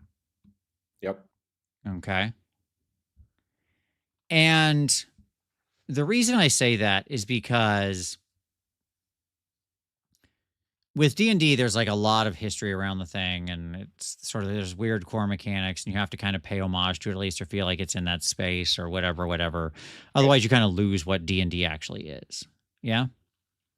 It's not that there aren't plenty of other good role-playing games and plenty of other good systems. There are. It's just like the D&D can't be those, because then it's not D&D. There's like this. There's got to be there's like a molten core you can't touch. Sure. So, Saving but Armor sure, class. yeah. The trick is when you get into like Age of Sigmar and you ask the question of how much can we change it, a lot. The last the 4 answer. editions, right, have communicated to us we can change it a lot. Yeah. I mean, there is a core, but the core's pretty thin. I don't mean that in a bad way. I mean, like, the core of it is probably what showed up in those 12-page rules that hasn't altered that greatly since they moved from 4 to 12 pages. Yep. Like, the wheel has generally remained the same, with the exception of bravery, like the changeover of bravery, morale. Right? Sure. Like, yeah. To objective control. Yeah. Everything else, like save, wounds, you can recall them health. That's fine, but it's still the same thing. Right? Yeah. Like hitting above a certain number, like 3+, 2+, like having that like scribed on the scrolls, like all of that has remained the same. And then everything else has changed. Rolling 2 dice spell. Sure. Right. Like, yeah. Prayers have even changed. Probably like the phase order, I'm guessing, like the way that functions is probably like pretty close. You could tinker around the edge. Hero, move, shoot, charge. Those have largely stayed the same, but your end phase has changed, right? Sure. We've moved into activations and off phase, which is a huge like new phase. That's my point. Like, I think beyond that, which is pretty thin, like that's a tight core. Right. We have a lot of room to experiment, is what I would say. Yeah. I mean, the way you activate, the way you use abilities, what units are capable of, like how their special abilities work, right? The choices you make in list building, like all of that, how you build armies. Like, boy, all of that has been in flux, like heavily in flux. As we'll talk about in a moment, too much influx. Right? Yep. And as from earlier in the show, are battalions still a thing? Yeah, sure. Yeah, exactly. Right. We'll talk about it on the next slide. So I don't want to do it now. But like, my point is, we could import a lot of these ideas into it, and my point is still have it feel like Age of Sigmar. Yeah, I agree with that. Right. Which is a very unique ability with a flagship game like this. Most flagship games end up being like pretty locked in the types of things that they can do and can't do. Yeah. We're 10 years into this and it's still fluid. Yeah, exactly. Fluid. Yep. Lodovicus, it really just depends on how much of the game decisions are intended to improve tournament play and how much are intended for more casual play. I am trying to get a show together, Lodovicus, all about this because I want to have, like, there's an interesting guest I want to bring on to talk about this particular thing. So we'll put a pin in that thought. And that'll be a thing for the future. All right. Oh, it's interesting, Cygnus. Cygnus says, I do think the possibility of double turns has become a defining feature of AOS, but it doesn't have to be. Boy, that's got to be the one on the bubble, right? Is that required? Interesting. Well, it has always been there. So it's always been there. It's been consistent whether we wanted it to or not. But how it's functioned has changed. That's true. Yep. That's also true. Huh. Yeah, that's definitely the one on the border. I don't know. Interesting. Holy crap, Lodovicus. There's actually a little pin icon. That's amazing.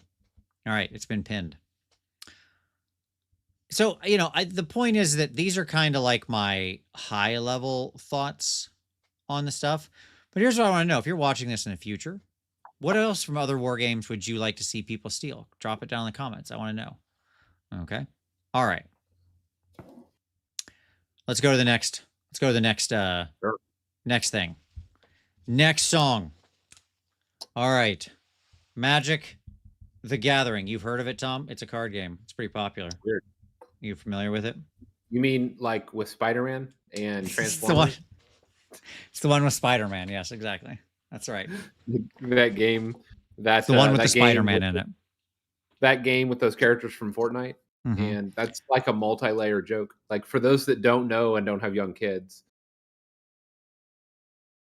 it's a thing. Sure. I understand. Okay. Get ready. Yeah, please don't drink when I talk about Magic because we're gonna like literally talk about Magic for a little while here. So you're just gonna die. Yeah, you have to be constantly drinking. Please do not hook yourself up to an alcohol IV. Do not do that. All right. Feldo says I'm painting BattleTech right now. It's amazing. Yeah, the Furby game. The Furby game. Yeah, the one with Dwight from The Office in it. Yeah, I got it. I know what you're talking about. Yeah. Okay. SpongeBob. Yes. I don't care what they do with secret layers. That's whatever. It's fine. Like, do whatever you want. You put whatever you want on a secret layer card. It's irrelevant. And for those that aren't familiar with Magic, everything that we've just said is true, including the battle bus from Fortnite.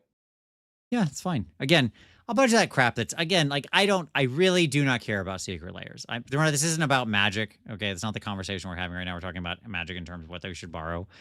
But I just genuinely print literally whatever picture you want on a secret layer card. They're there to be funny. Great. Who cares? They put little Play-Doh people on it for this year for kids. Like, awesome. I hope that helps a child. Like, it doesn't freaking matter. It's the sets that are of concern. So, at any rate. All right. So, Magic's a very different game, but I think there are lots of lessons we can learn. And, importantly, things we should avoid. Okay? Yeah. Yep. All right. Here's my number one, Tom. Number one. Like, absolutely big time number one. The most popular format in Magic, whether they like it or not, is a multiplayer format. Can I push on that a little bit more than just multiplayer? Yeah, right? Go for it, please. Not only is it multiplayer, but it is also like fixed format introductory to the game. Like that is the introduction to the game now. Generally, is Commander and Commander deck purchases. Okay. Yep. So this is a multifaceted critique because it's not only that where's our multiplayer, which is where you're going, and I fully am like on board, right? Like my most enjoyable Warhammer games I've ever played are multiplayer games. Period. Yep. That said,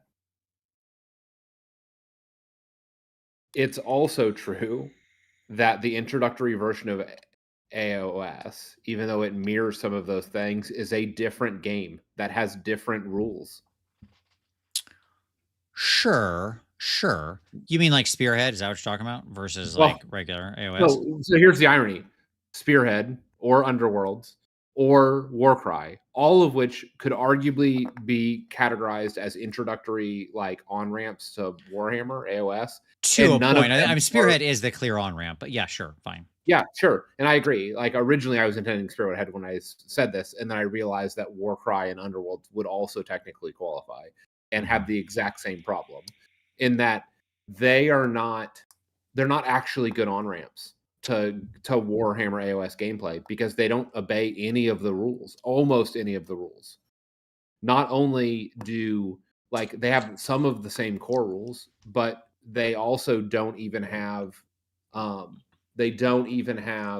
like the war scrolls are different. Yeah, I mean, I would argue they're gateway games, not on ramps to AOS, which I think is what Cygnus said.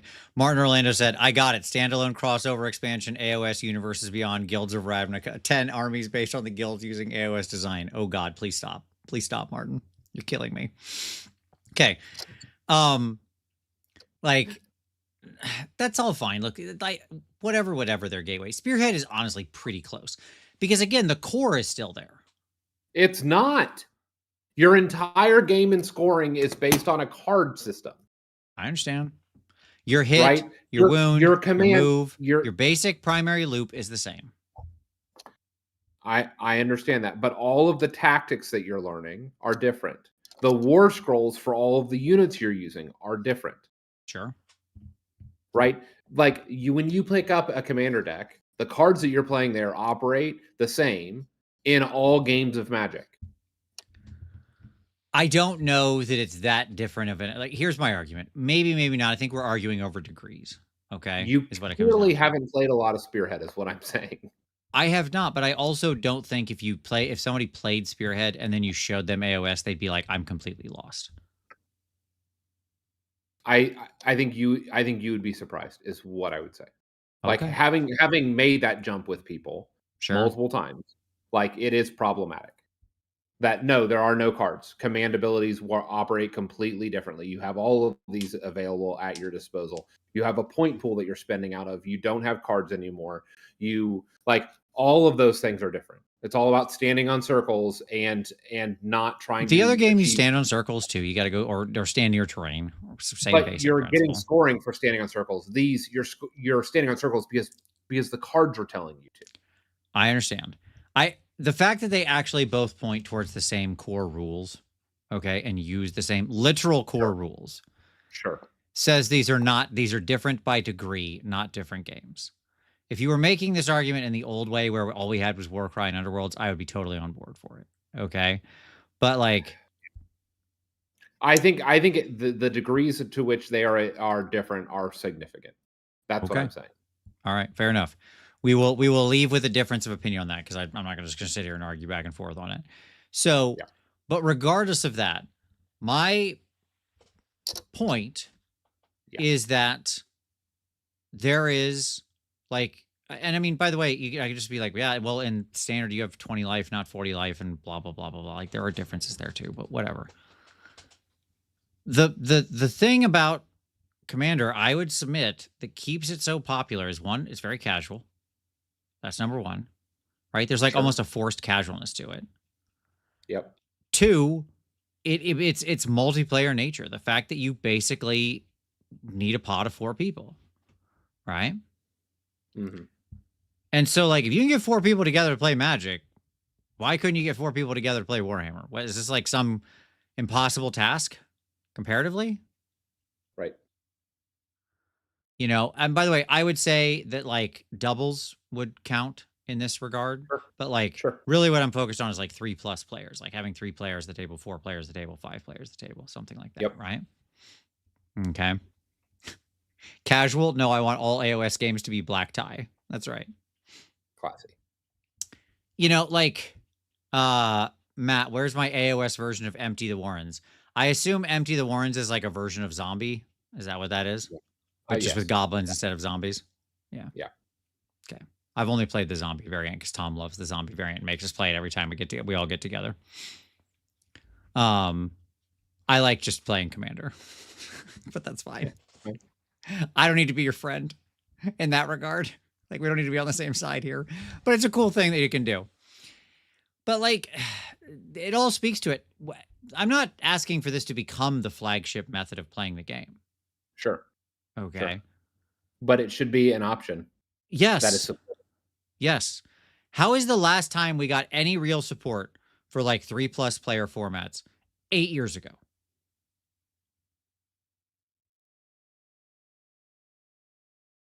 Like, do we just need an AOS? I know what Empty the Warrens is, Matt. I know 3 colorless, 1 red, create 2 1/1 red goblin creature token storm. I know what Empty the Warrens is. Okay. I know what like every Magic card is. My question was, is it a format? At any rate, my Magic knowledge is getting challenged, and I cannot abide that. At any rate, my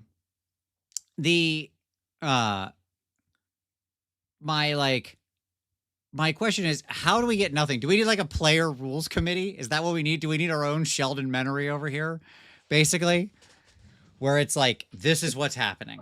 I'm saying let's do it. Let's just figure out what the official rule set is for like I don't know what the format is going to be called, but yeah, I mean, by the way, left-handed dragon, General Kenobi, I assume. At any rate, continue. Okay, so like, yes, I mean, because Commander went on for years and years and years before it got brought into actually like being under Wizards.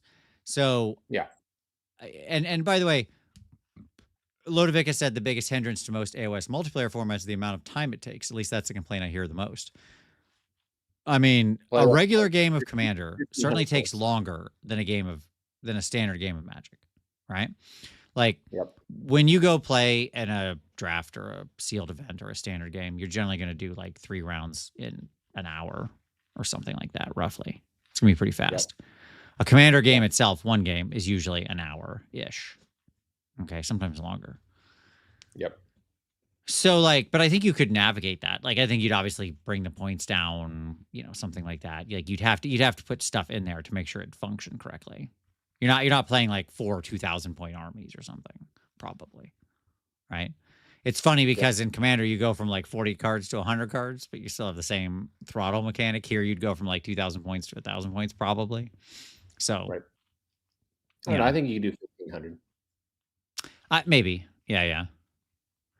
Keith Reimer says the old world community has taken much more control of the game themselves. That doesn't surprise me, not at all. I think someone already tried a player rules committee some time ago and went nowhere. I mean, the problem is the rules of the base game shift underneath your feet so fast that it's hard for any rules committee to keep up, right? Like, Magic's rules are basically locked. They have like very minor rules changes every so often that have to deal with like extremely fiddly things. But for the most part, the game just exists. The rules are the rules. They haven't changed in significant ways for a long time. Chris H., you said that the team tournaments seem to be getting more popular. Those aren't multiplayer. Doubles is multiplayer, but not team tournaments. Sure. Is what I would push on. And I think that's part of the difference here is that I think doubles and similar formats like that, like those are the games that are interesting to me. Yeah.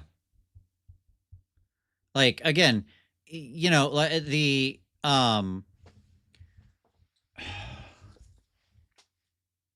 I just think we're leaving an option on the table here, right?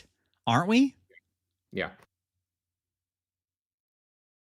Yes, we are.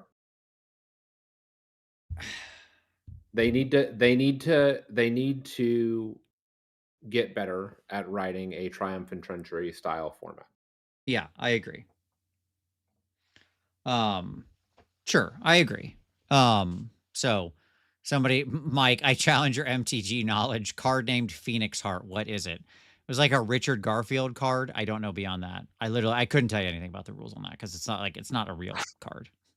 I know it's something special he did, but I don't know beyond that.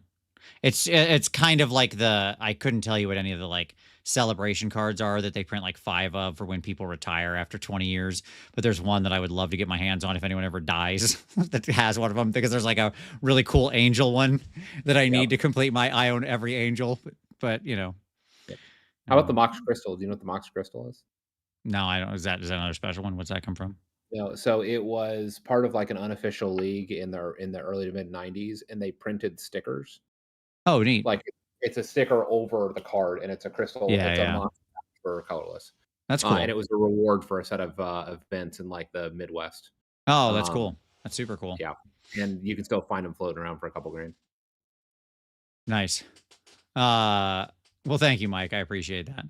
No, I had not heard of that. That's neat. That's a neat one, Tom.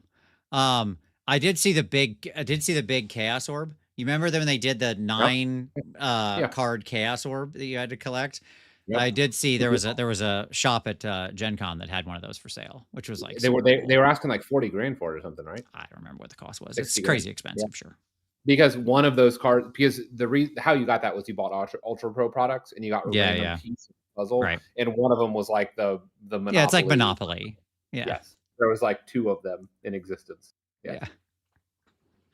So it's like trying to get that. Oh, I've got Park Place or whatever. Just need the other one. Yep. Just need Boardwalk. Just need Boardwalk. You and every other person playing the game. Right. Unless you're the people who know executed that whole plan to steal all of them for years, which was amazing. That's a great crime documentary, by the way. Those guys, that's very funny. Anyways, multiplayer support.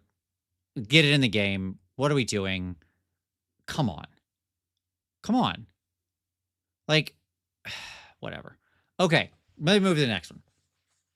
Commanders. I want to talk about like Commanders itself. Like a lot of this is Commander focused because I think that's the area where we can actually borrow the most from. I could probably talk about like keywording and stuff like that, and variants on those kinds of things in smart ways as well. But, Mike, I had that Chaos Orb, all 9 cards. Also have full beta and alpha sets. I hate that I sold it all when I did. If I still had it, I'd be rich. Oh boy, Mike. Yep. Welcome to the club. Yeah, I gave away or whatever. I don't want to talk about it. An Arabian Night set. It still hurts me to this day. Okay. Anyways, I only got your island of Whack Whack. Yeah. Well, and where's that island of Whack Whack now? Who knows? When I sold my collection. Yeah. All right. So, anyways, you should have gotten my Library of Alexandria as well. So. No, Travis got the library. Okay, we're moving on. I'm just gonna get upset. All right. Commanders make certain cards that are bad good. This is the fun part of Commander, right? Sure. You have a card that's just bad. But then there's a commander that says, I want to do bad thing, right?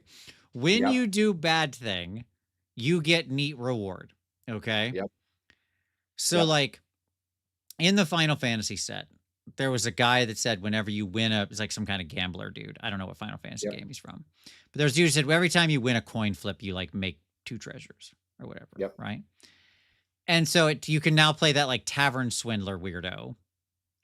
That's like pay 3 life, tap, flip a coin. If you win the flip, you gain 6 life. Yeah. Okay. Now, you would normally never put Tavern Swindler in a deck, right? Like, just assume it's some normal deck that is a card that is never getting played, right? Yep.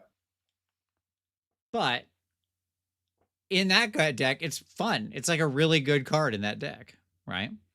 Okay.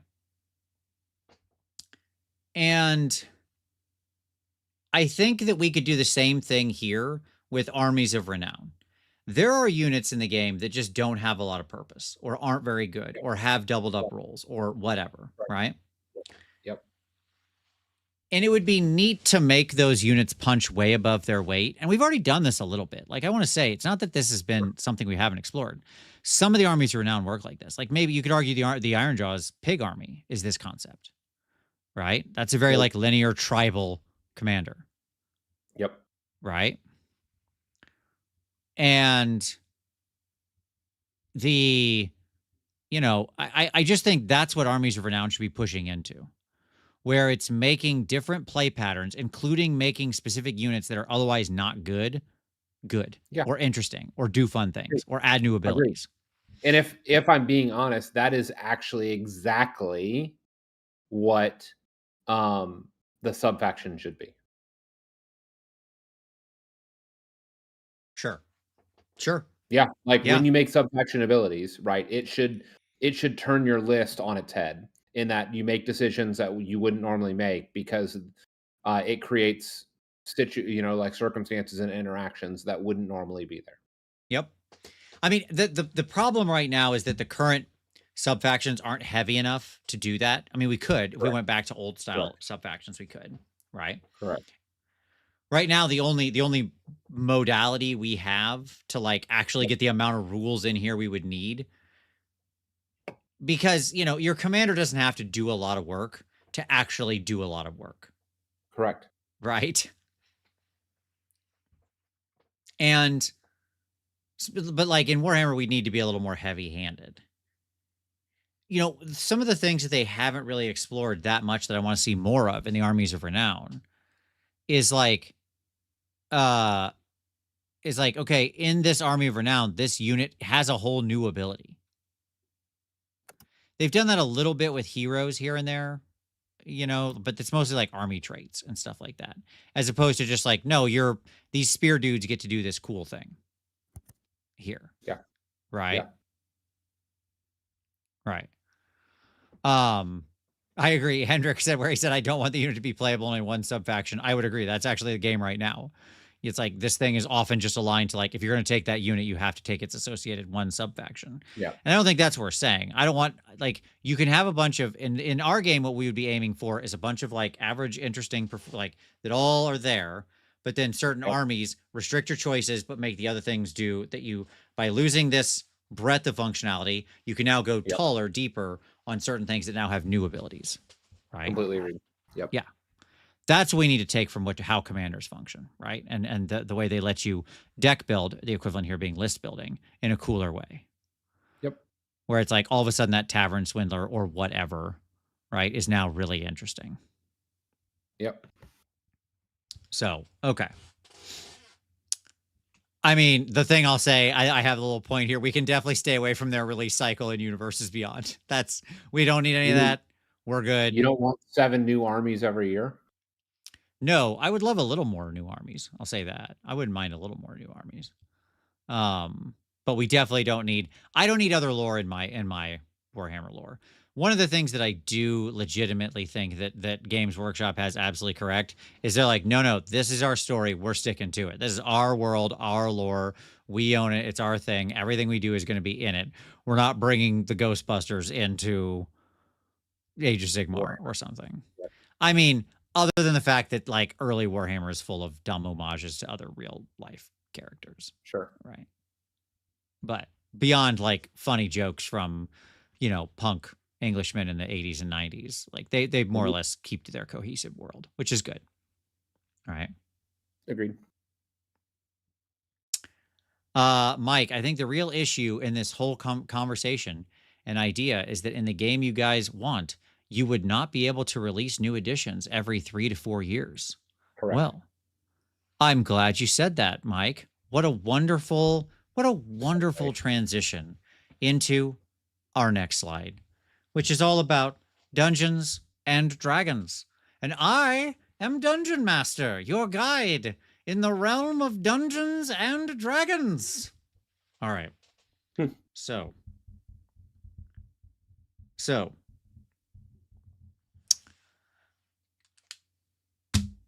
first bullet point. Dungeons & Dragons 5e came out 1 year before AOS. Okay? Almost exactly. Sure. In the 10 years that followed, it changed basically 0. Like, we can just round it down to 0. There were FAQs and stuff. Yep. Right? And certainly they added content. Like, books came out. You had additional class options and subclass options and stuff like that, right? Yeah. World books and things of that nature. Wonderful campaign books. Sure. Story developments. Sure. Like, there was stuff. But the game, as it existed,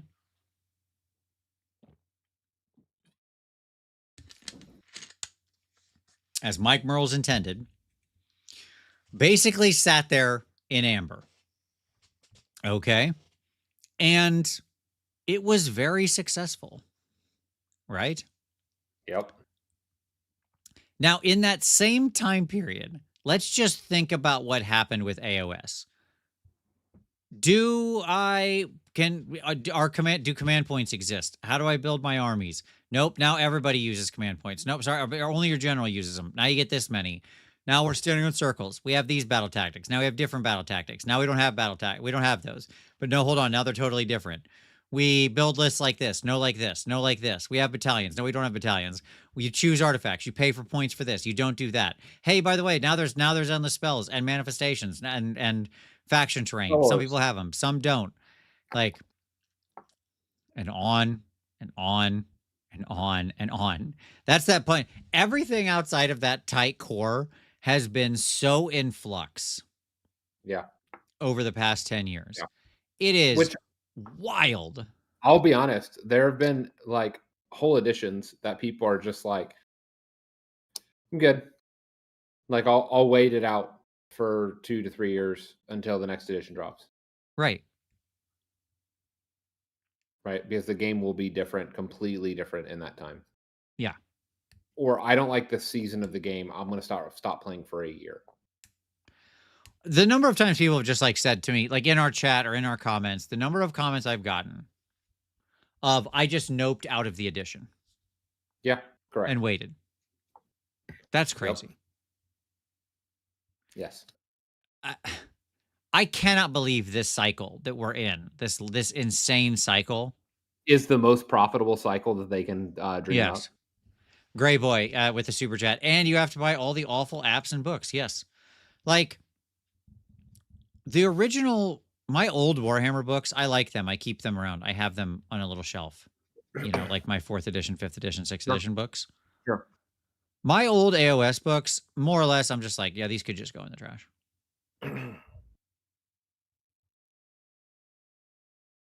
Right. I was buying all books all the time, and I have stopped doing that. Sure. Because it's so funny. I remember the moment where I was like, I'm not buying collector versions of books anymore, GW. Like you've tricked me one too many times after my third Stormcast collector book. And then I've gotten to a point where I'm just not buying books anymore, GW. Sure. Because it's just too much. Yeah. It's just like way too much. Mike said, you missed my follow-up, though. GW isn't interested in making that a thing because then they lose the massive cash influx they get every new edition. Maybe. I don't think that's a sustainable model.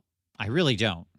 Correct. I would argue that I think that they could develop a more profitable model with a larger business reach by doing something different. Sure. I mean, so real quick here, address like D&D has been very financially viable.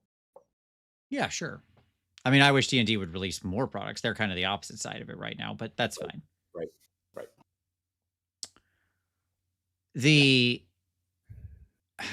Across the Pond said the flip side of high stability is that if you get tired of it, there's no point in returning. I haven't played 5e in years, and 5.5 did nothing to persuade me to try it again. So first of all, I understand that. I think you have to tackle that through interesting releases, which, again, like my criticism of D&D is they actually haven't released enough interesting stuff that's been like actual, like good. They've cheaped out on some of their releases. Like when we return to Spelljammer or these kinds of worlds or Planescape, those books are like tragically underwhelming compared to what they were in older editions and just didn't have the juice when they could have done like something big and cool and exciting. And by the way, I do think that like them deciding to make 5.5 or whatever you want to call it, D&D 2024, them deciding to just make it a slight evolution of the original one to maintain compatibility, I think will go down as one of the worst choices in the history of like strategic moves by gaming companies. I agree. So yeah, the Spelljammer without Spelljammer rules exactly across the pond. Like those are just, so like, you know, whatever. But my point is that like, we are at the opposite ends of the spectrum here on stability. We need some stability here. Why we are on a 3-year edition cycle is completely insane to me. It's completely insane. Yeah. We are on this because this is the engine that they've created, the income revenue engine. And the reality is that to GW's credit, they've grown significantly and continue to grow. They are a significant money machine, and that all of their games are on this rotation. I wonder if There is not a better way, is what I would say. I absolutely believe that they could do a better, that there could be a better way, because what makes them money, I believe. I really don't think the book printing is like the big source of their money. It's the I agree. models, it's the kits. I agree. I Okay. agree. Yeah. And you can do exciting kit releases independent. You don't need a new edition to do a kit. No. Okay. Like your big launch boxes, those don't need to be tethered to a launch. They could just be a big box. Correct. Like Skaven Tide can just be a story thing that's happening. Correct. Correct. And if you had a living rule set, right? Like the reason why we are on the train that we are on is of edition updates is because of how they update armies, and army updates being tied to book releases and all the rules being in books, and those book releases being tied to editions themselves, right? It's like a branching system. But if they got rid of this top level of rules, or actually the bottom level, I guess, of rules being tied to editions, and moved all of your army rules into a living digital system, it would allow you to like, oh, we're launching a new FEC kit this month. Right. And the War Scrolls in the app. Exactly. Like the problem is that now we've somehow tied ourselves to the concept that we can't release anything for an army sort of off cycle for the most part, right? Unless it's tied to like the book release. Yep. And that's just crazy to me. Like I admit it kind of sucks to have like your rules somewhere else. But again, if the app didn't suck, if they didn't lock the rules behind your wall, which they shouldn't. You wouldn't have to redesign the app every 3 years if you had a rule set that was stable. Yep. Agreed. Like like you could just continually improve an app over a 10-year period instead of recreate it and have to redo a new app with new features and new, like, and I can't imagine that's a cheap process of like them doing the design and development on that. Right. Right. And so it would let them focus on the compelling narrative events and what's developing there, and the story boxes that come with those narrative events. And you could still sell books as narrative events. D&D, even though the edition stayed the same and they had the same three core rule books, sold their main product line was adventure books. Right. And those adventure books were functionally narrative developments, right? That could be associated with model releases. Like all of that business model stays the same, including book printing. Yep. Agreed. And like, I just believe that you don't need this kind of like rapid change. I believe you need to like take the time, get to a stable edition, a stable rule set that is actually rock solid. And then you could build on top of that for like 5 to 8 years. Somewhere in there is probably the right cycle. Right. And exactly. You'd have campaigns in there, big narrative releases. You'd still have like your giant Skaven Tide box. Those would still happen. It would just herald like, yeah, that's what's going on in the narrative. Holy crap, the Skaven are here, right? And they've exploded into the mortal realms and so on and so forth, right? Yep. Like, I don't think that's an issue. Like imagine go ahead. Say imagine a 10-year cycle, truly a 10-year cycle. Year 1 is the release of the core rules of the new system and the core kind of functionality of what it is. At the end of year 1, going into year 2, you have the first major campaign event. Sure. Release box, or like that you have a special box that is like an army on army, large scale, like painting the picture of something that's going on in Akshi or whatever, right? Sure. That release box sets the tone for the next 3 years. Sure. And then you have another release box, another big splashy release box. Again, we're still on the 3-year cycle. Let me highlight that. Yeah, I gotcha. Same core rule. The rules are the fundamental rules are staying the same, but you're getting big splashy boxes. You're getting narrative evolution. You can do like soggy PDF type stuff in the middle there, right? As like small narratives. Like there's all sorts of options. You You don't have to do soggy PDF, because if you're living on a living model where everything is in the app, everything's in the app. Yeah, my point is it doesn't even have to be tied to like a physical release sometimes. You can just have some Correct. neat, smaller things pop out like that, is what I'm saying. Yes, it would come out into the app. Right. So like you could easily do something like that and it would still make space for all your other games, right? That would all have these other big splashy releases.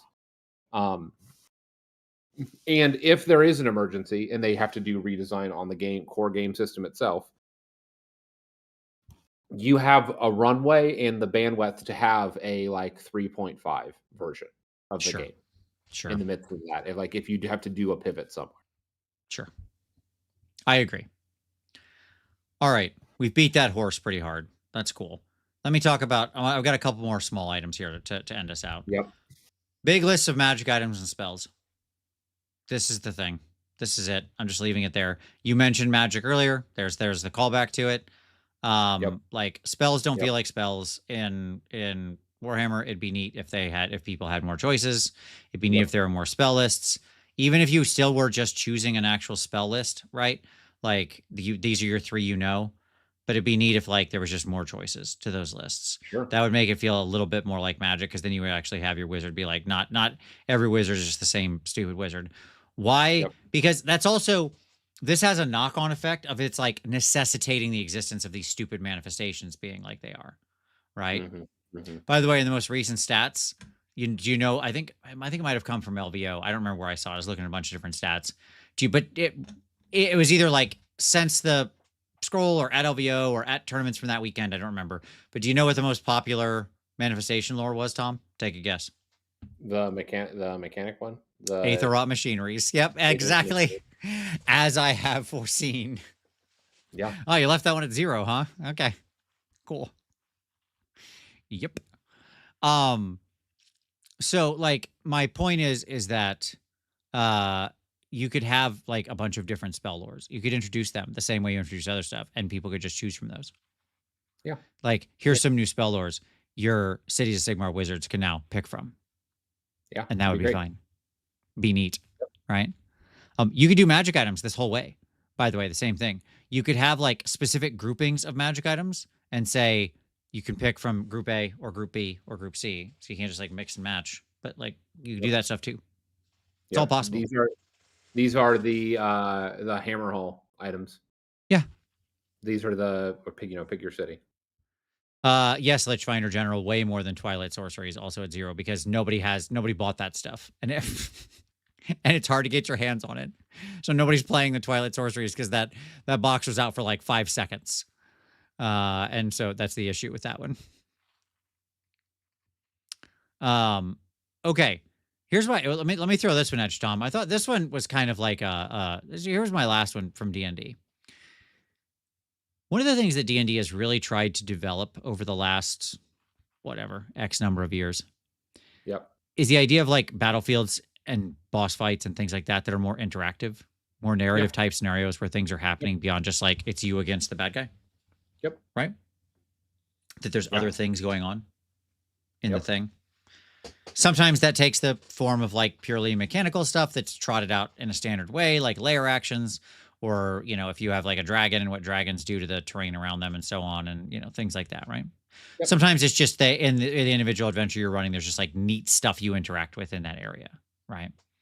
Yep. You can jump from the chandelier and knock over these boxes and so on and so forth. I do think that there's something to be said here for having our battlefields be more interactive. Like because right now our terrain rules break down to like, that's a thing I can't see through. And that's a place of power that I can touch. And I have 3 weird rules on it that I have to look up every time to try to remember what it's capable to do.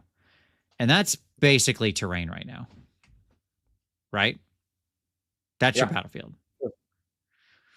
Whereas it feels like the scenarios, especially if you tilted to having more, like, fine, you want to keep them straight for the GHB. Okay, I guess. Like, I still think you could have them do more.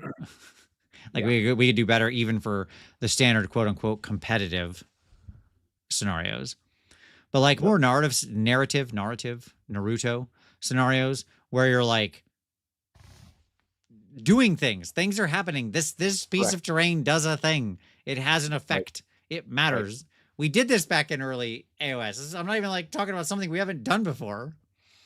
Yep. Right? Like where these ruins have some special ability. You go there and a thing happens, right? Yep. Some of it could be fantastical. Some of it could be mundane, by the by. Yep. And like that would just feel way more interesting to me. I don't know. Just a thought. What do you think about that? Yeah, I mean, there's an entire event based on around this called Holy Wars and Holy Havoc. Right? Correct. Like there it is. There it is. Yes. There it is. And so the fact that even for people who don't play the game regularly, still choose to come to these events because they're interesting and fun, and like I think that's very telling. You know, it's just exactly right. So like Tom and I next month are going to you know, the one of Steve Herner's holy events. And like every table is its own story. And the buildings, the things on the table, not every single piece necessarily does something, but a lot of them do. Like from causing damage to giving bonuses, but like you feel like you're playing in a real place in a fantastical mortal realms. Thank you. That's exactly right. Yes, it's just like Steve's tables. And if you've never played a holy event, I really wish I could explain it better. But like when you're fighting in the arena of Slaanesh, it feels like you're playing in a Slaanesh themed world and board at that moment. The things you interact with are meaningful and impactful, and you are playing to that table. Yep. Right? And they feel Slaanesh-y. Yeah, they feel Slaanesh-y. It's very different than if you play on like the Nurgle table, for example, or whatever. Right. Or the Order of Azir table. Or the sure. Yeah. And as an aside, I'm not going to spoil any announcements, but just saying, like there may be more room at holy events than there ever has been before in the future. Yeah, like legit, if you can ever get to a holy event, I would highly recommend it. Like if you like the idea of more interactive tables, scenarios, battlefields where you're like playing in a deeply immersive experience that's also multiplayer. Yes. Mike says Slaanesh themed table. Is it in a private area? Kind of. The chaos room is separate. But it's there. Good. You're there with your chaos friends. All the chaos tables are in one room, ironically. So at any rate, my last note on D&D as we leave it here is beware the oversimplification. I think one of the big challenges that both D&D and AOS have gone down is like a road of oversimplification of a lot of things. AOS made. Yes. And like, I think that's a thing we want to, some of the things we can take from other game systems is learning where they're going wrong too. Right. Yeah. And I think both game systems are in the middle of this problem right now. Okay. So at any rate, there you go. Okay. Yep. So what did I miss? Anything else? Yes. Streamlining the fun right out of the game. I agree, Sporadicus. Did I miss anything, Tom? Is there anything? I mean, I'm sure I missed plenty of stuff, tons of stuff. Our audience, tell me what other things I missed from Wargames or other games that you think would be neat to get in there, but go ahead.